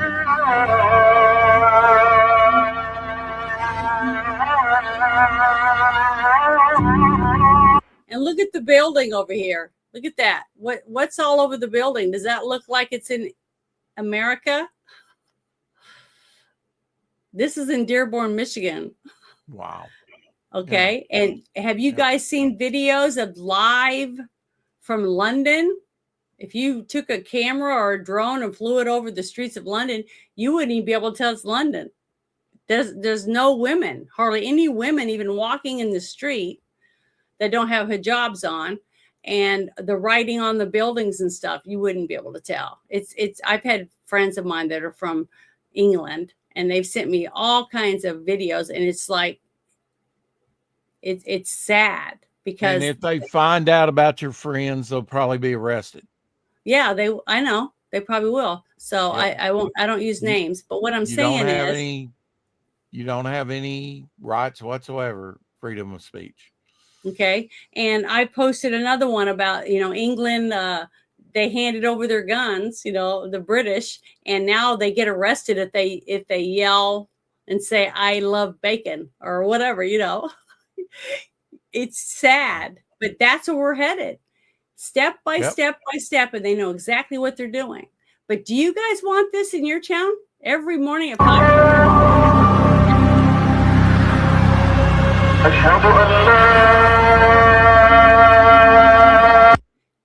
That's a hard no. Okay, and I've said this many times on this show. They're in Texas right now. You can get on Google right now in your state and see how many mosques you have in your state. Okay. And I have anything wrong with a mosque. If you're a Muslim, Have you done that? and yes, I have for Texas and a couple other places for other people, but I don't have it all written down or kept all the records. But what I'm saying is, when they build a mosque and they're huge, okay, and they have separate areas for praying for women in their own church. Women don't even pray with the men, okay? Even in airports now, they set aside areas for the men and women to pray in airports, and they're not together either. They're separate. The men and the women are separate when it comes to Islam. So why are they doing a call of prayer 5 times a day everywhere when they have their own church to do it in? See, I don't understand that. Right. That doesn't make sense. Because that's a show of dominance. That's that's infringing on other Americans' rights. If I was to go out there and play Scottish music or Christian hymns, they would be throwing a tantrum over it. So I don't understand why these people that live here, the Americans that live in Dearborn, they just spin over. They're basically, if you look, you can see them all walking around the city, holding their ankles, just all bent over, walking around, because that's where they put themselves. But I don't want to end up there. That's what I'm trying to get people to understand. I am going to do whatever I have to save where I live and try to save my country from that. And see, now if there was a mosque somewhere near me, I would be that wise ass to get like one of them older school, like 1980s boom boxes and walk into the mosque playing like, I don't know, Slayer, Rain in Hell, or Rain in Blood rather. There you go. He would walk in, but he wouldn't walk out. He would walk in, but he wouldn't walk out. I'd walk out. I'm not sure the boombox would make it, because that would probably wind up becoming a projectile. Yeah. Well, this next thing is leading. I was played that to lead into this next thing. It's I just don't know what's going on. But here you go. I'm going to show you this. This is him being sworn in. Raise your right hand. I, Zoran Kwame Mamdani, do solemnly How much she rehearsed that. that I will support the Constitution of the United States. That I will support the Constitution of the United States. Lies, all lies. Constitution of the State of New York. And the Charter of the City of New York. And the Charter of the City of New York. And that I will faithfully discharge. And that I will faithfully discharge. The duties of. The office So funny. Uncovered women the mayor administering that. According to the best of my ability. According to the best of my ability. So help me God. So help Okay, me God. well, I want to show you something, people. See what's in her hand? Quran. Okay. Yeah, but she's holding a book with the Quran on top of it. She's not allowed to touch it. But I guarantee no one's going to ask why she's not just holding the book in her hand and letting him have his hand on top of it. Women aren't allowed to touch a Quran. Really? I didn't know that. If it's It doesn't his, surprise she me. can't touch it. Huh? Okay. Did you guys see when Moving on. Okay. I know, Didn't but answer my did you question, but no? that's fine. Nope. Go ahead. Say it now again. I just wanted I some said clarification on that, on what? on the Quran. All you gotta do is Google it, look it up. Okay. Just like I just can't said, you women can't take have a to second pray. for me to answer my question? I answered it. I said, from what I know, she's not allowed to touch that because it's his. It's his Quran. She's not allowed to touch his Quran. She's a woman. And she's showing skin and all kinds of different things that are Sure, totally both of them are. Yep, and she probably eats pork. I mean, this or has a dog. definitely. Yep, There's a lot of things that they don't agree with. sure. When you'll start seeing changes, we'll see it. Oh yeah. But I wanted you to, I just wanted to see if anybody notices this. But anyone in the chat, if you know anything about this, why don't you please fill us in on it? I'd appreciate that. But just like that one gentleman said, is it legal? See, I don't know. I'd like to find out. But Probably not. also, I was told that he wasn't even really an American citizen because of the way he was brought over here. But I don't know that either. So that's what I'm That saying. needs to be looked into. Absolutely. Well, Look what happened with It should have Obama. already been looked into. Okay. But I don't know. That's what I'm trying to say. It's hard to share a lot of this stuff because we don't have anyone to give us any answers unless I go to like a government website or whatever and try to find out, as much of it, any of this stuff as I can. But let's see if this is the, no, yeah, here's the other one. Okay, hold on. I'm going to play this one. This is called RARE. It's a foundation, okay? And this is a foundation that's trying to save people from letting the Islam take over our country, basically. That's what this group is. But here we go. Listen. Tonight on Rare TV, we are naming the threat plainly. Our enemies have placed a dangerous foreign infiltrator inside New York's government, and his name is Zohran Mamdani. And under federal law, he has been eligible to be stripped of his citizenship and deported. The question is, why is our government not acting? Mamdani became a U.S. citizen in 2018. Under federal law, specifically 8 U.S.C. Section 1451A, citizenship can be revoked if it was obtained by concealment or misrepresentation, or if, within 5 years, the individual affiliates with communist, totalitarian, or terrorist movements. Mamdani did exactly that. He publicly defended the Holy Land Five, the men convicted on 108 counts of financing Hamas.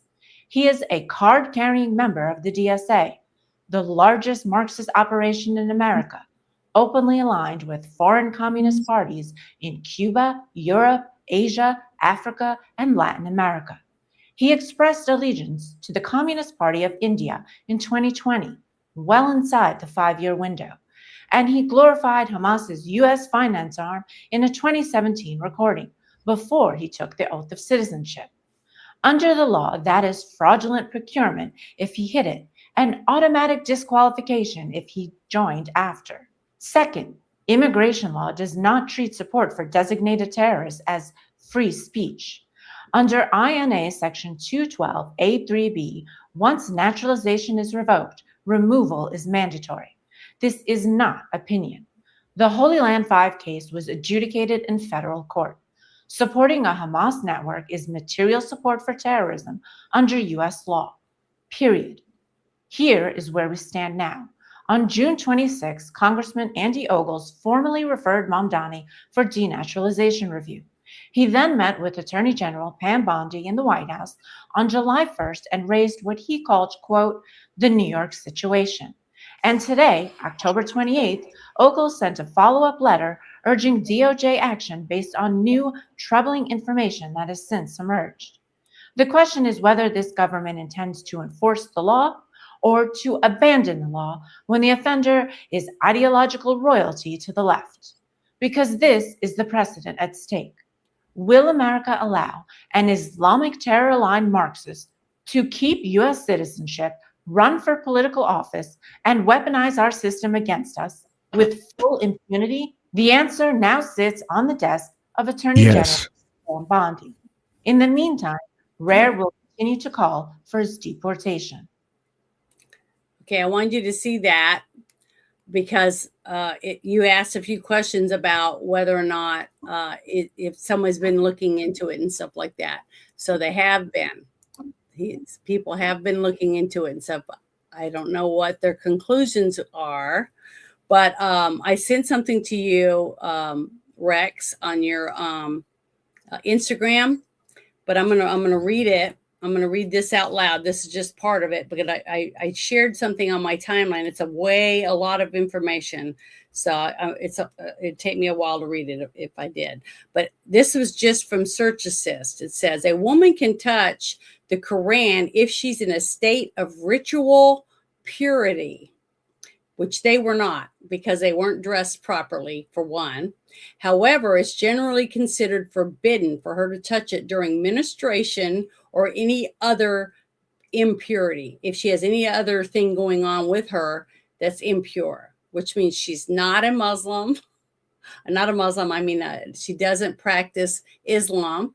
If she's not, in that religion and she's not wearing the proper attire and stuff, then she is not pure.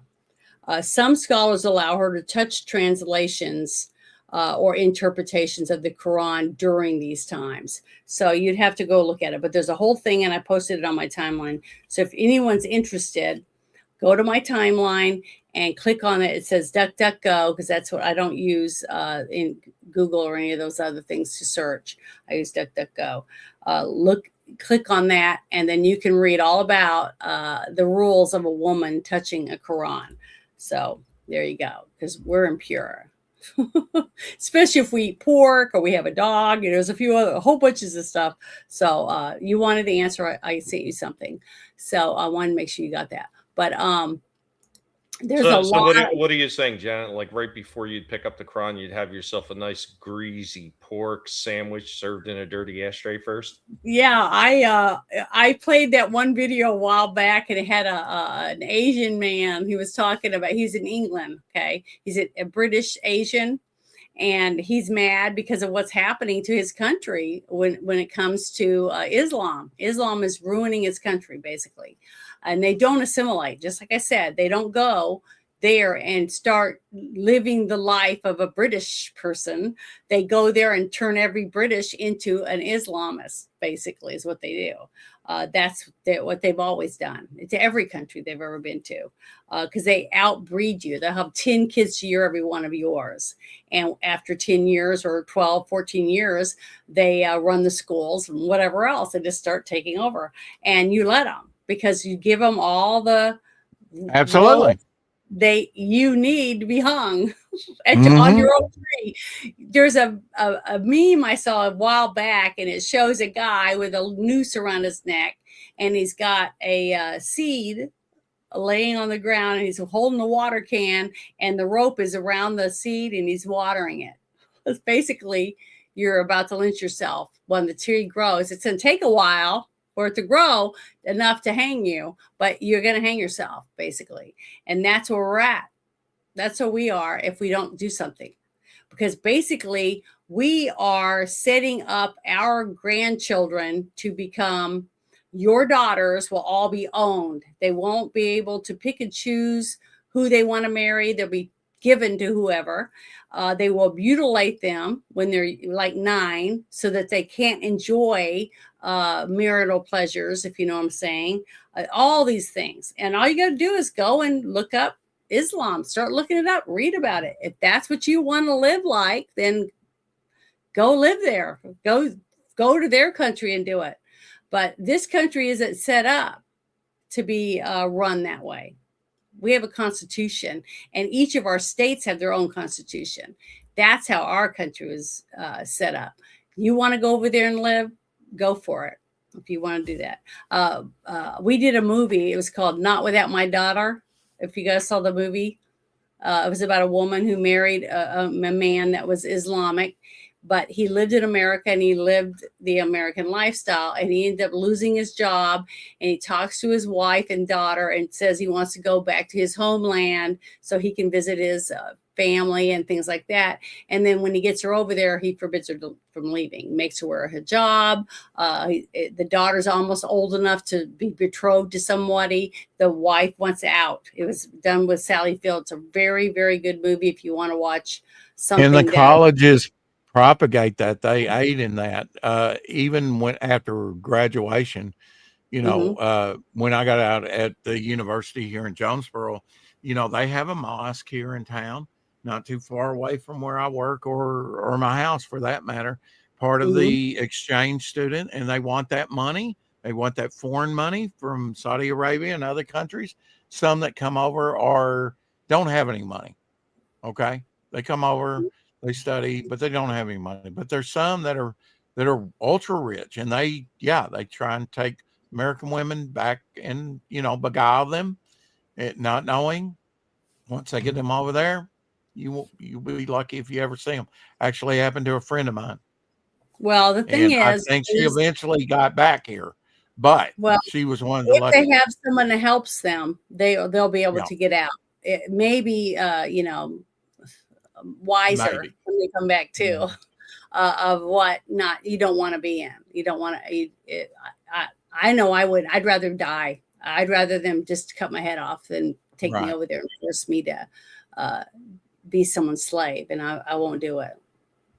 I would be beaten to death in the street. That's what would happen to me. Come on, and that's what happened to me. I would not give up I'm a Christian. I would not become an Islamic person. I won't pray to those people. I won't do any of that. So I'd be crucified. Would you commit suicide? No, I wouldn't kill myself. I said that I would make. How are you going to get out of it? Let's say you're in that situation. How do you get out of it? I just don't do what they tell me, and they'll kill me. That's what happens. They beat you in the street. They'll rape you to death, like what you saw. What happened to all those women that were dragged through the streets after they were taken from Jerusalem. Yeah. Well, you saw, you know, under Obama, he allowed that to happen with the Muslim Brotherhood in Egypt to that one reporter. To over, you know, the hour of like, it's like 2 hours. Women are nothing. Women are less than dogs. Okay. Right. All women are for is to have children. That's it. And boys are for fun. Yeah, and take your aggressions out on. Yeah, well, whatever, and slap you around or whatever, and you do what you're told. That you're just a piece of meat. You can't go to school. You can't have a job. You can't drive. You can't do anything. You're can't learn to read. No you education. are a doormat as a woman over there. So you're basically nothing, which is sad. And I would rather be dead than live that way. Period. I wouldn't want my daughters to live that way either. So. That's why I hope this doesn't happen. If you have daughters, you should be thinking about this, people. But I want to share this other one. This is about the Clinton Foundation. I thought that you guys would be interested in that. This is a website. It's on X. It's the Clinton Foundation Whistleblowers, and that's all they do is they post tons and tons of information on here about all the different things that they've uncovered. What they're working on, what documents they're trying to get from the government. It's just there's so much on here. I cannot even, tell you about all of it. And I'm sure that a lot of this stuff that's in here, the government already has most of it, probably every single thing that they've probably got. But I want to share the link to this because if any of you haven't, if you're on X and you haven't gone here and looked at some of this stuff, you're missing out because there's so much stuff about in Haiti. I can't even list everything. It's just so much stuff. But I always wanted you guys to see this, and I wanted to take this right here, and I'm going to put it in the chat because I want any of you, if you're on X, to please follow this profile because they put some good stuff in there. There's tons of information on there, and that's how you learn. You follow these people, you read what they put out, and then you share it with other people. And anything new that's going to happen or about to happen or whatever, I'm sure that they'll also have that out there too. So I'm trying to find this. For some reason, my screen is green. It's not, when I'm clicking on it, I'm not seeing a picture or anything. I'm just seeing a green screen. So I have to click on it and open it before I can share it because there's nothing there. I don't know why it's green. Okay, this is what I wanted to basically close the show with. Everybody knows who this is, right? The young man, one of the people that went there and busted open the whole thing about the fraud in Minnesota as a street journalist, basically an actual journalist that was investigating this stuff. So his name's Nick Shirley. Okay. And I wanted to show you this interview with him and share it with you guys. It's on the PBD podcast. Have you gotten any threats, like actual death threats? Yeah, well, in person and also. Can you tell me about that? Like, are they messaging you saying we're going to get you? What are they saying to you? Yeah, like they're saying, oh, like kirked. You're going to be kirked. You're going to be kirked. That's what they're saying to you. Yeah, like you're the next. You'll be the next Kirk. And it's just like, are you kidding me? Because it's not even like I hate what's happening right now. Like, I feel bad for my family, honestly, because it's like, yeah, like we didn't do anything wrong. And yet you guys are coming after me like I'm some sort of villain, right? So I'm like, my little sister's getting phone calls. I'm like, why are you guys doing this? Your little sister's getting phone calls? Yeah, from like the news. I'm like, okay, don't talk to my family. I mean, some news in India, they doxed my home. They doxed my dad. It was really weird. I haven't even told my dad about that because I just don't want to even bother him about it. Well, Dad, you know now. But like they put it, like, it's just like, are you guys kidding me? Like, why are you guys coming after somebody for going against fraud? Like, I didn't make this a right or left issue. I just showed you guys that fraud was happening. And now you guys are coming after me. You're saying, I'll be the next Kirk. You're literally stopping at intersections and coming after me and trying to attack me. Like, why are you so evil? Like, what's wrong with you? Like, why are you defending fraud? Do you like money being stolen? No. And what are you doing? You're a racist. No, I'm not a racist. I'm just telling you what the facts are. You guys are stealing money from the people that are working hard here inside the United States. I was literally talking to a black man, and then the Somali man comes out, and he's also black. So I can't understand what they're thinking, calling me a racist. I'm having a great conversation with a black man, and then another black man comes up, and he's Somali descent, and he comes and attacks me for being a racist. Like, no, I'm not a racist. It's so stupid. And that's why the fraud has been able to happen for so long, because people like Tim Walz are afraid to be called racist. And me and my generation, we're over it. Like, we don't care. Oh, I love that, buddy. Like, we do not care. Call us a racist. I do not care because I am not a racist. We're just seeing that prices of homes are so expensive. I don't even have a friend that can afford a home. People aren't getting married because of how expensive things are. And we're paying so much money in taxes. Most kids are, I'm lucky because I didn't go to college, but most kids are starting their life off behind the starting line. They're thousands of dollars in the debt. And so, yes, we're upset because you guys are stealing millions of dollars and getting rich. And then you're bragging about the white man working on TikTok. Who's actually the racist? You're the racist. You're the one saying the white man, you work white woman, you work white man. We're sick of it. Nobody cares. Like, stop committing fraud. If you're going to be here, be happy to be here and work hard like we're working hard. Whether you're black, Mexican, Asian, white, just go and work. And don't start playing this victim card and start trying to make things political about money, for instance, or don't get mad at people for making money. Like, that's why America is the greatest country in the world, is because of capitalism. And we had 250 years to do it. All these other countries had thousands of years to do it, but they didn't do it. That's why we have to protect what's ours. Well, see, this is another reason I wanted to play this, is to show you the other side of the fence. Okay. You have a young man that wants to one day have what we have, which is you find someone, you get married, you start having a family, you have a home, you love each other, and you're trying to have the American dream. That's all he wants. But just like you said, they can't afford it. They can't get a home. They can't make enough money to pay their bills because the taxes are so high where he lives. Okay. Then he finds out about all this fraud through these daycares, whatever, that are also in Ohio, and other states have these same Somali daycares going on that probably have no kids in them, basically, just like these ones. And what happens to him? Because he's trying to be a good American and trying to get the truth out, he gets death threats. They call, harass his family. Someone might even try to burn their house down or blow up one of their vehicles while they're in it. Who knows what horrible, terrible stuff these people are willing to do. But what's sad is, even worse, is the fact that these are other taxpayers that are calling him and his family a bunch of racists that don't know anything about this guy.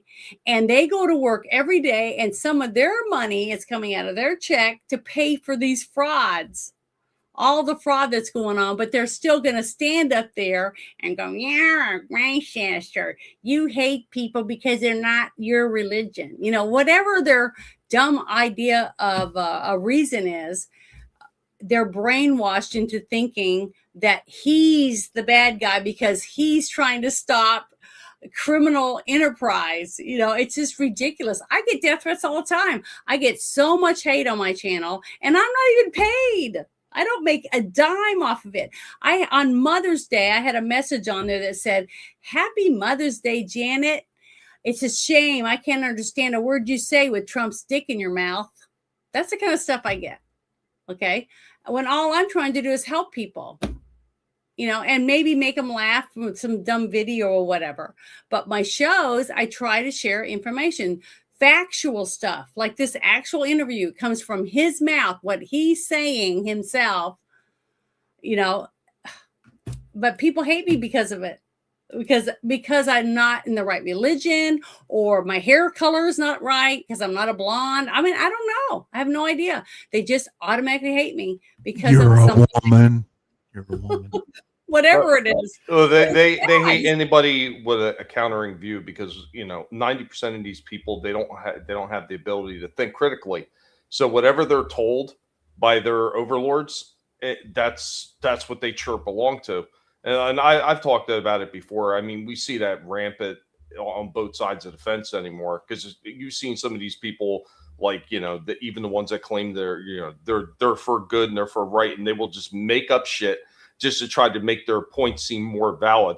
And that because you do moderation for Twitter, so you see some of the nonsense that gets pushed on there, but people don't have that ability to do any kind of critical thinking, to look up these things for themselves, to do a little bit of research. It doesn't usually take that much time, especially with all the information you got at the end of your fingertips anymore, with the powerful freaking computing that's in a damn phone, where you could look all this stuff up. They don't want to do it, and they just want to believe whatever they're told.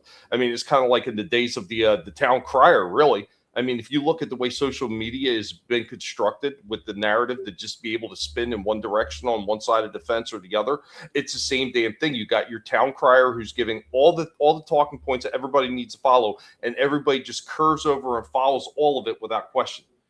I get into a lot of shit with people, Janet, because I see things right where I see them, and it doesn't deviate.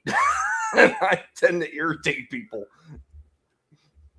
I know it's, I don't know. I can't believe that I'm even shocked anymore, honestly, but I am. I'm still, what the, I just don't understand. I guess I'm not meant to. I don't know. I just think it's ridiculous that anyone wants to live under socialism or communism.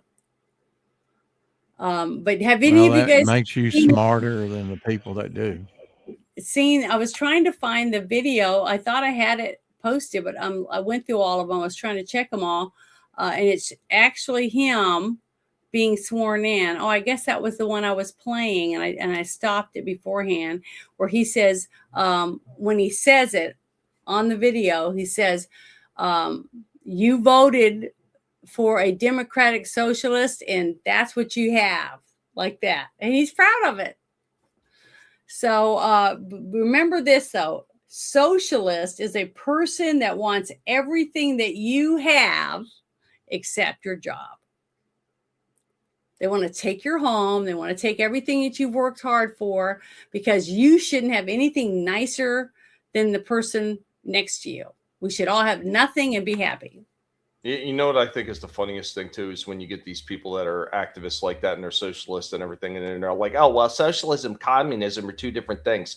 No, they're really one and the same, because you can't have communism without socialism. You look at the old USSR. What did that stand for? The United Soviet Socialist Republic. Yep. Bum. Oh, I know. It's just Eyes I wide don't know. shut. People just don't know. They don't realize.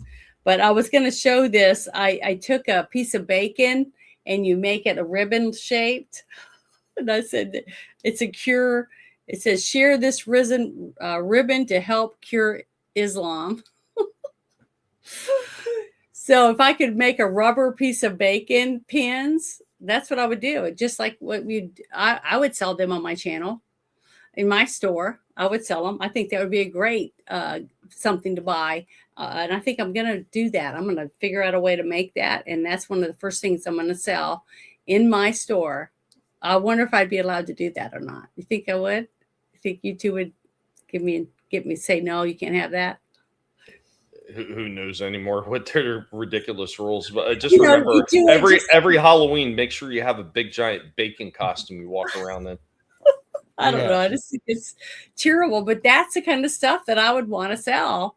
And I would, once I made a certain amount of money, I would donate it, like to the veterans. Definitely something to do with the military, because I'm a huge supporter of veterans. But I just think it's great. This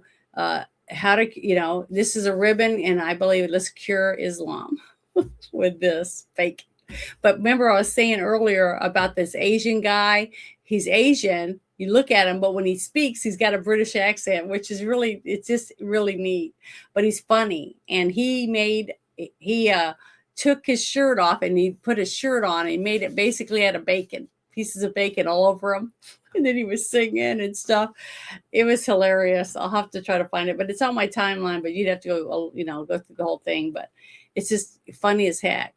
And he does that. And I know he probably gets in trouble a lot, especially now that you can get arrested if you post something online that they feel is mean or whatever. They can arrest you for it. Hate speech. Oh, it's just scary as hell. That's the most irritating made-up term I've ever heard in the world. Hate speech. I Yeah, mean, right. even the Supreme Court said that's absolute nonsense. Mm-hmm. Yeah, it's terrible. Yeah, get arrested for it. But I just want to say thank you to guys. You got anything coming up, Tommy? What's going on with your channel? And then I'll ask Rex. The same thing as always. Just doing the toy show. We moved the time up to 7:30, so hopefully we get done a little bit earlier from now on. The last week that didn't help me, this week it didn't help me at all, because we wound up running like 4+ hours because we did the best of 2025 with the toys. So.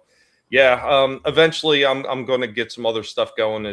I need to get a new computer now. So the internet's better, but now I need a new computer since one died. And then I'm going to move into some other stuff, bring going old school back and talk about the really old stuff again, old retro gaming and like super old shows like cartoons and everything, and have that fun again. Yeah, that's about it for me. That's about all I got going on. So. Okay. Appreciate you inviting me on, Janet. You're welcome. I've been friends with you for quite a while, and I think you're awesome. So I try, and I try not to be too irritating. No, you're not. I know I try. I'm very irritating to a lot of people, but Rex, what do you have going on with your channel? Well, we didn't do Feature Friday this week because I was just late and forgot all about it, but we'll do Feature Friday on the 9th. Yeah. where we feature comic book artists. It'll be Jose Luis Garcia Lopez, big DC artist for many decades, since the 70s at least. And yeah, I'll be on the mic stand on the 18th. That's all I've got on the agenda right now, except to work on the daily, 4:00 shadow show and make that as big as it can. And, slow growth, but that's great. Thank you for coming on last night, the draw stream. There'll probably be, I usually don't do an early draw stream on Saturday, but I'm kind of feeling it. Yeah. Good. I'm right now. I'm just trying to stay in my headspace and out of the lane and don't get hit by anybody else that's driving, Yeah.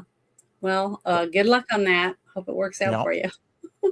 But Yeah, I know. tomorrow I'm going to be playing, I guess you'd call it Pathfinder with Bruce, and it would be his high inside, the one where it's bigger players and we all have multiple characters and things like that. So I'll be playing that. And then Sunday, we're going to be reviewing the movie The Big Lebowski, which I've never seen. I've heard all about it. I've seen bunches of memes and stuff, but I've never seen the movie yet. And we usually come to my Discord at 12:30 Central Time, and we'll watch the movie. And then we have like a short discussion about it with whoever's in there that we watch the movie with us, and then we'll go live and talk about the movie. But after that, I don't really know what's going on for sure, because I have to make a couple of phone calls to the courthouse in Little Rock. And each time I call to see whether or not I've been picked to go in to be interviewed for a jury. So if I get a jury, I'm sure I won't be streaming at all or doing anything, because I'll be busy at the courthouse for a federal thing. So I'll let you guys know. I'll keep you updated or whatever. I'll post it in my posts area on my channel, and to keep people updated on what's going on. But as of this month of January, that is what my number one priority is going to be. Janet, Big Lebowski, a very good movie. May I suggest, do not, and I implore you, do not let anybody talk you into watching the sequel, The Jesus Rolls. It is absolutely horrible. Okay, well, I haven't seen this one yet, and I'm excited about it because the last couple movies that I got to watch that I'd never seen, I was surprised how good they were. So, and I really do like watching new stuff, and it's really good to watch it with other people that haven't watched it and a few that have, and then we get to interact and talk about what we liked, what we did, and things like that. It's fun. I really enjoy it. I look forward to it every week. I told Bruce, I go, we'll never run out of movies because there's always gonna be bad movies. You know what I mean? And Bruce, he just loves bad movies. A few of them I watch and I'm like, oh, it's terrible.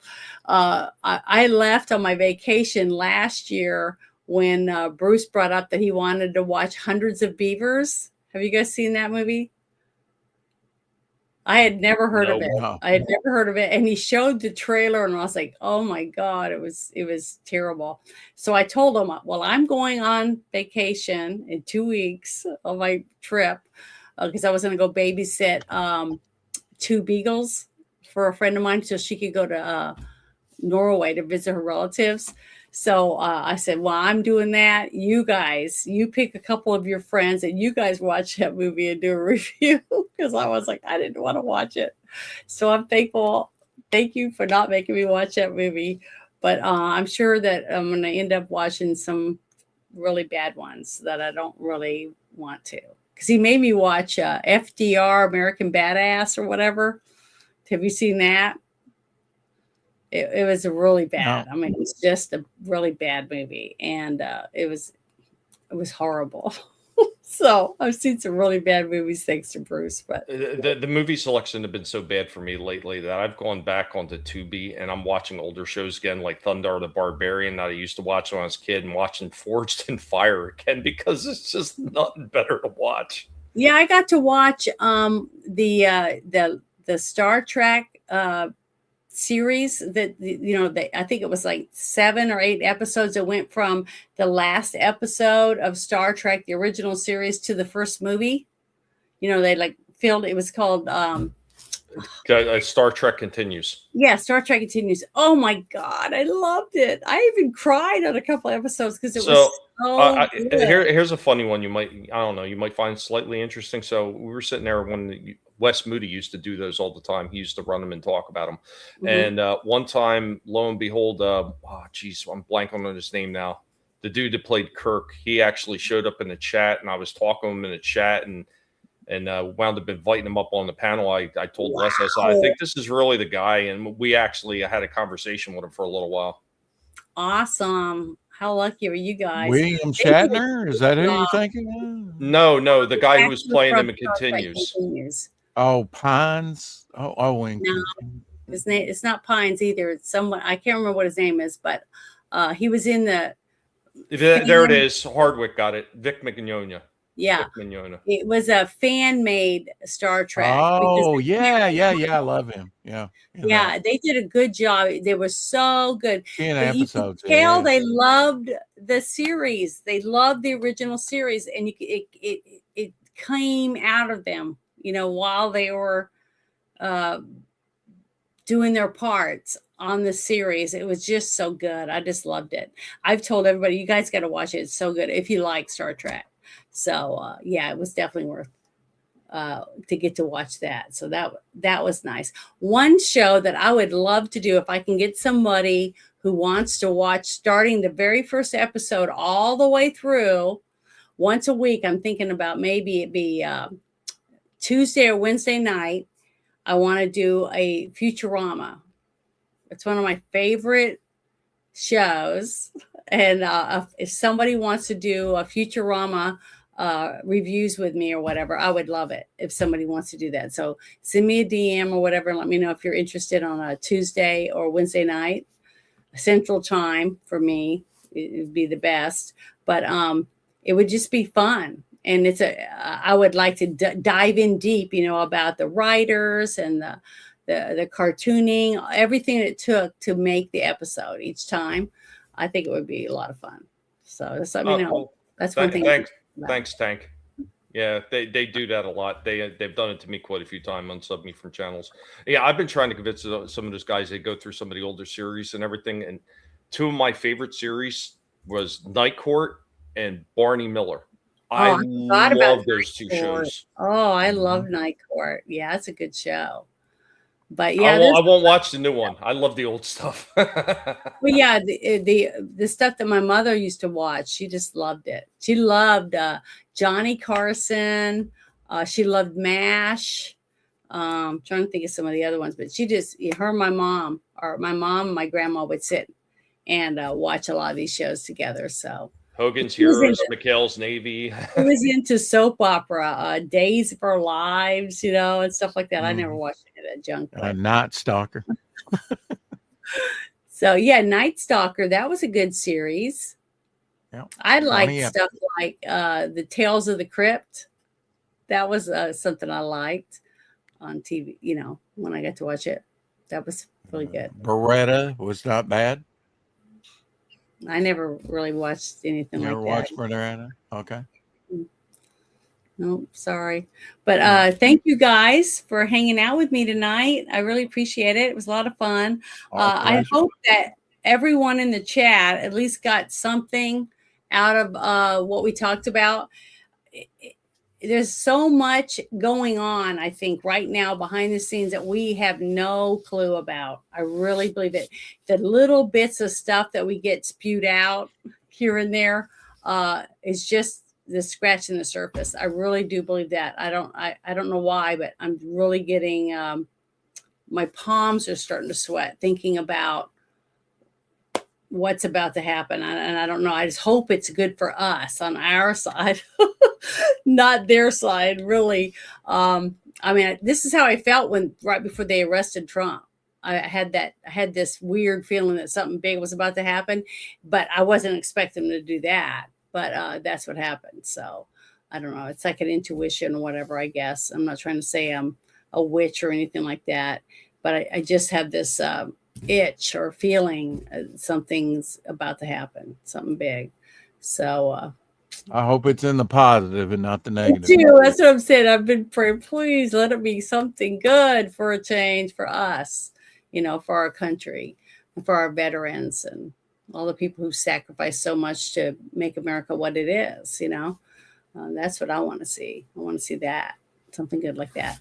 But thank you very much. And hope you guys have a wonderful, wonderful weekend. You too. Have a happy new year. Yeah, it's gonna be. Hopefully, it's gonna start off with a bang and be great all the way through. But we'll see. But thank you guys. Talk to you later. We will see. Later. If you voted for Donald Trump, that means that you stand for everything that is going on in our country right now. That you stand for all these tariffs. That you stand for this mass deportation.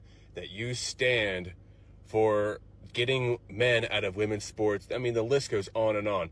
You actually stand for this. If you voted for Trump, you actually stand for this. And if you voted for Trump, I just want to say that I love you and thank you so much for saving this country. Have a blessed day.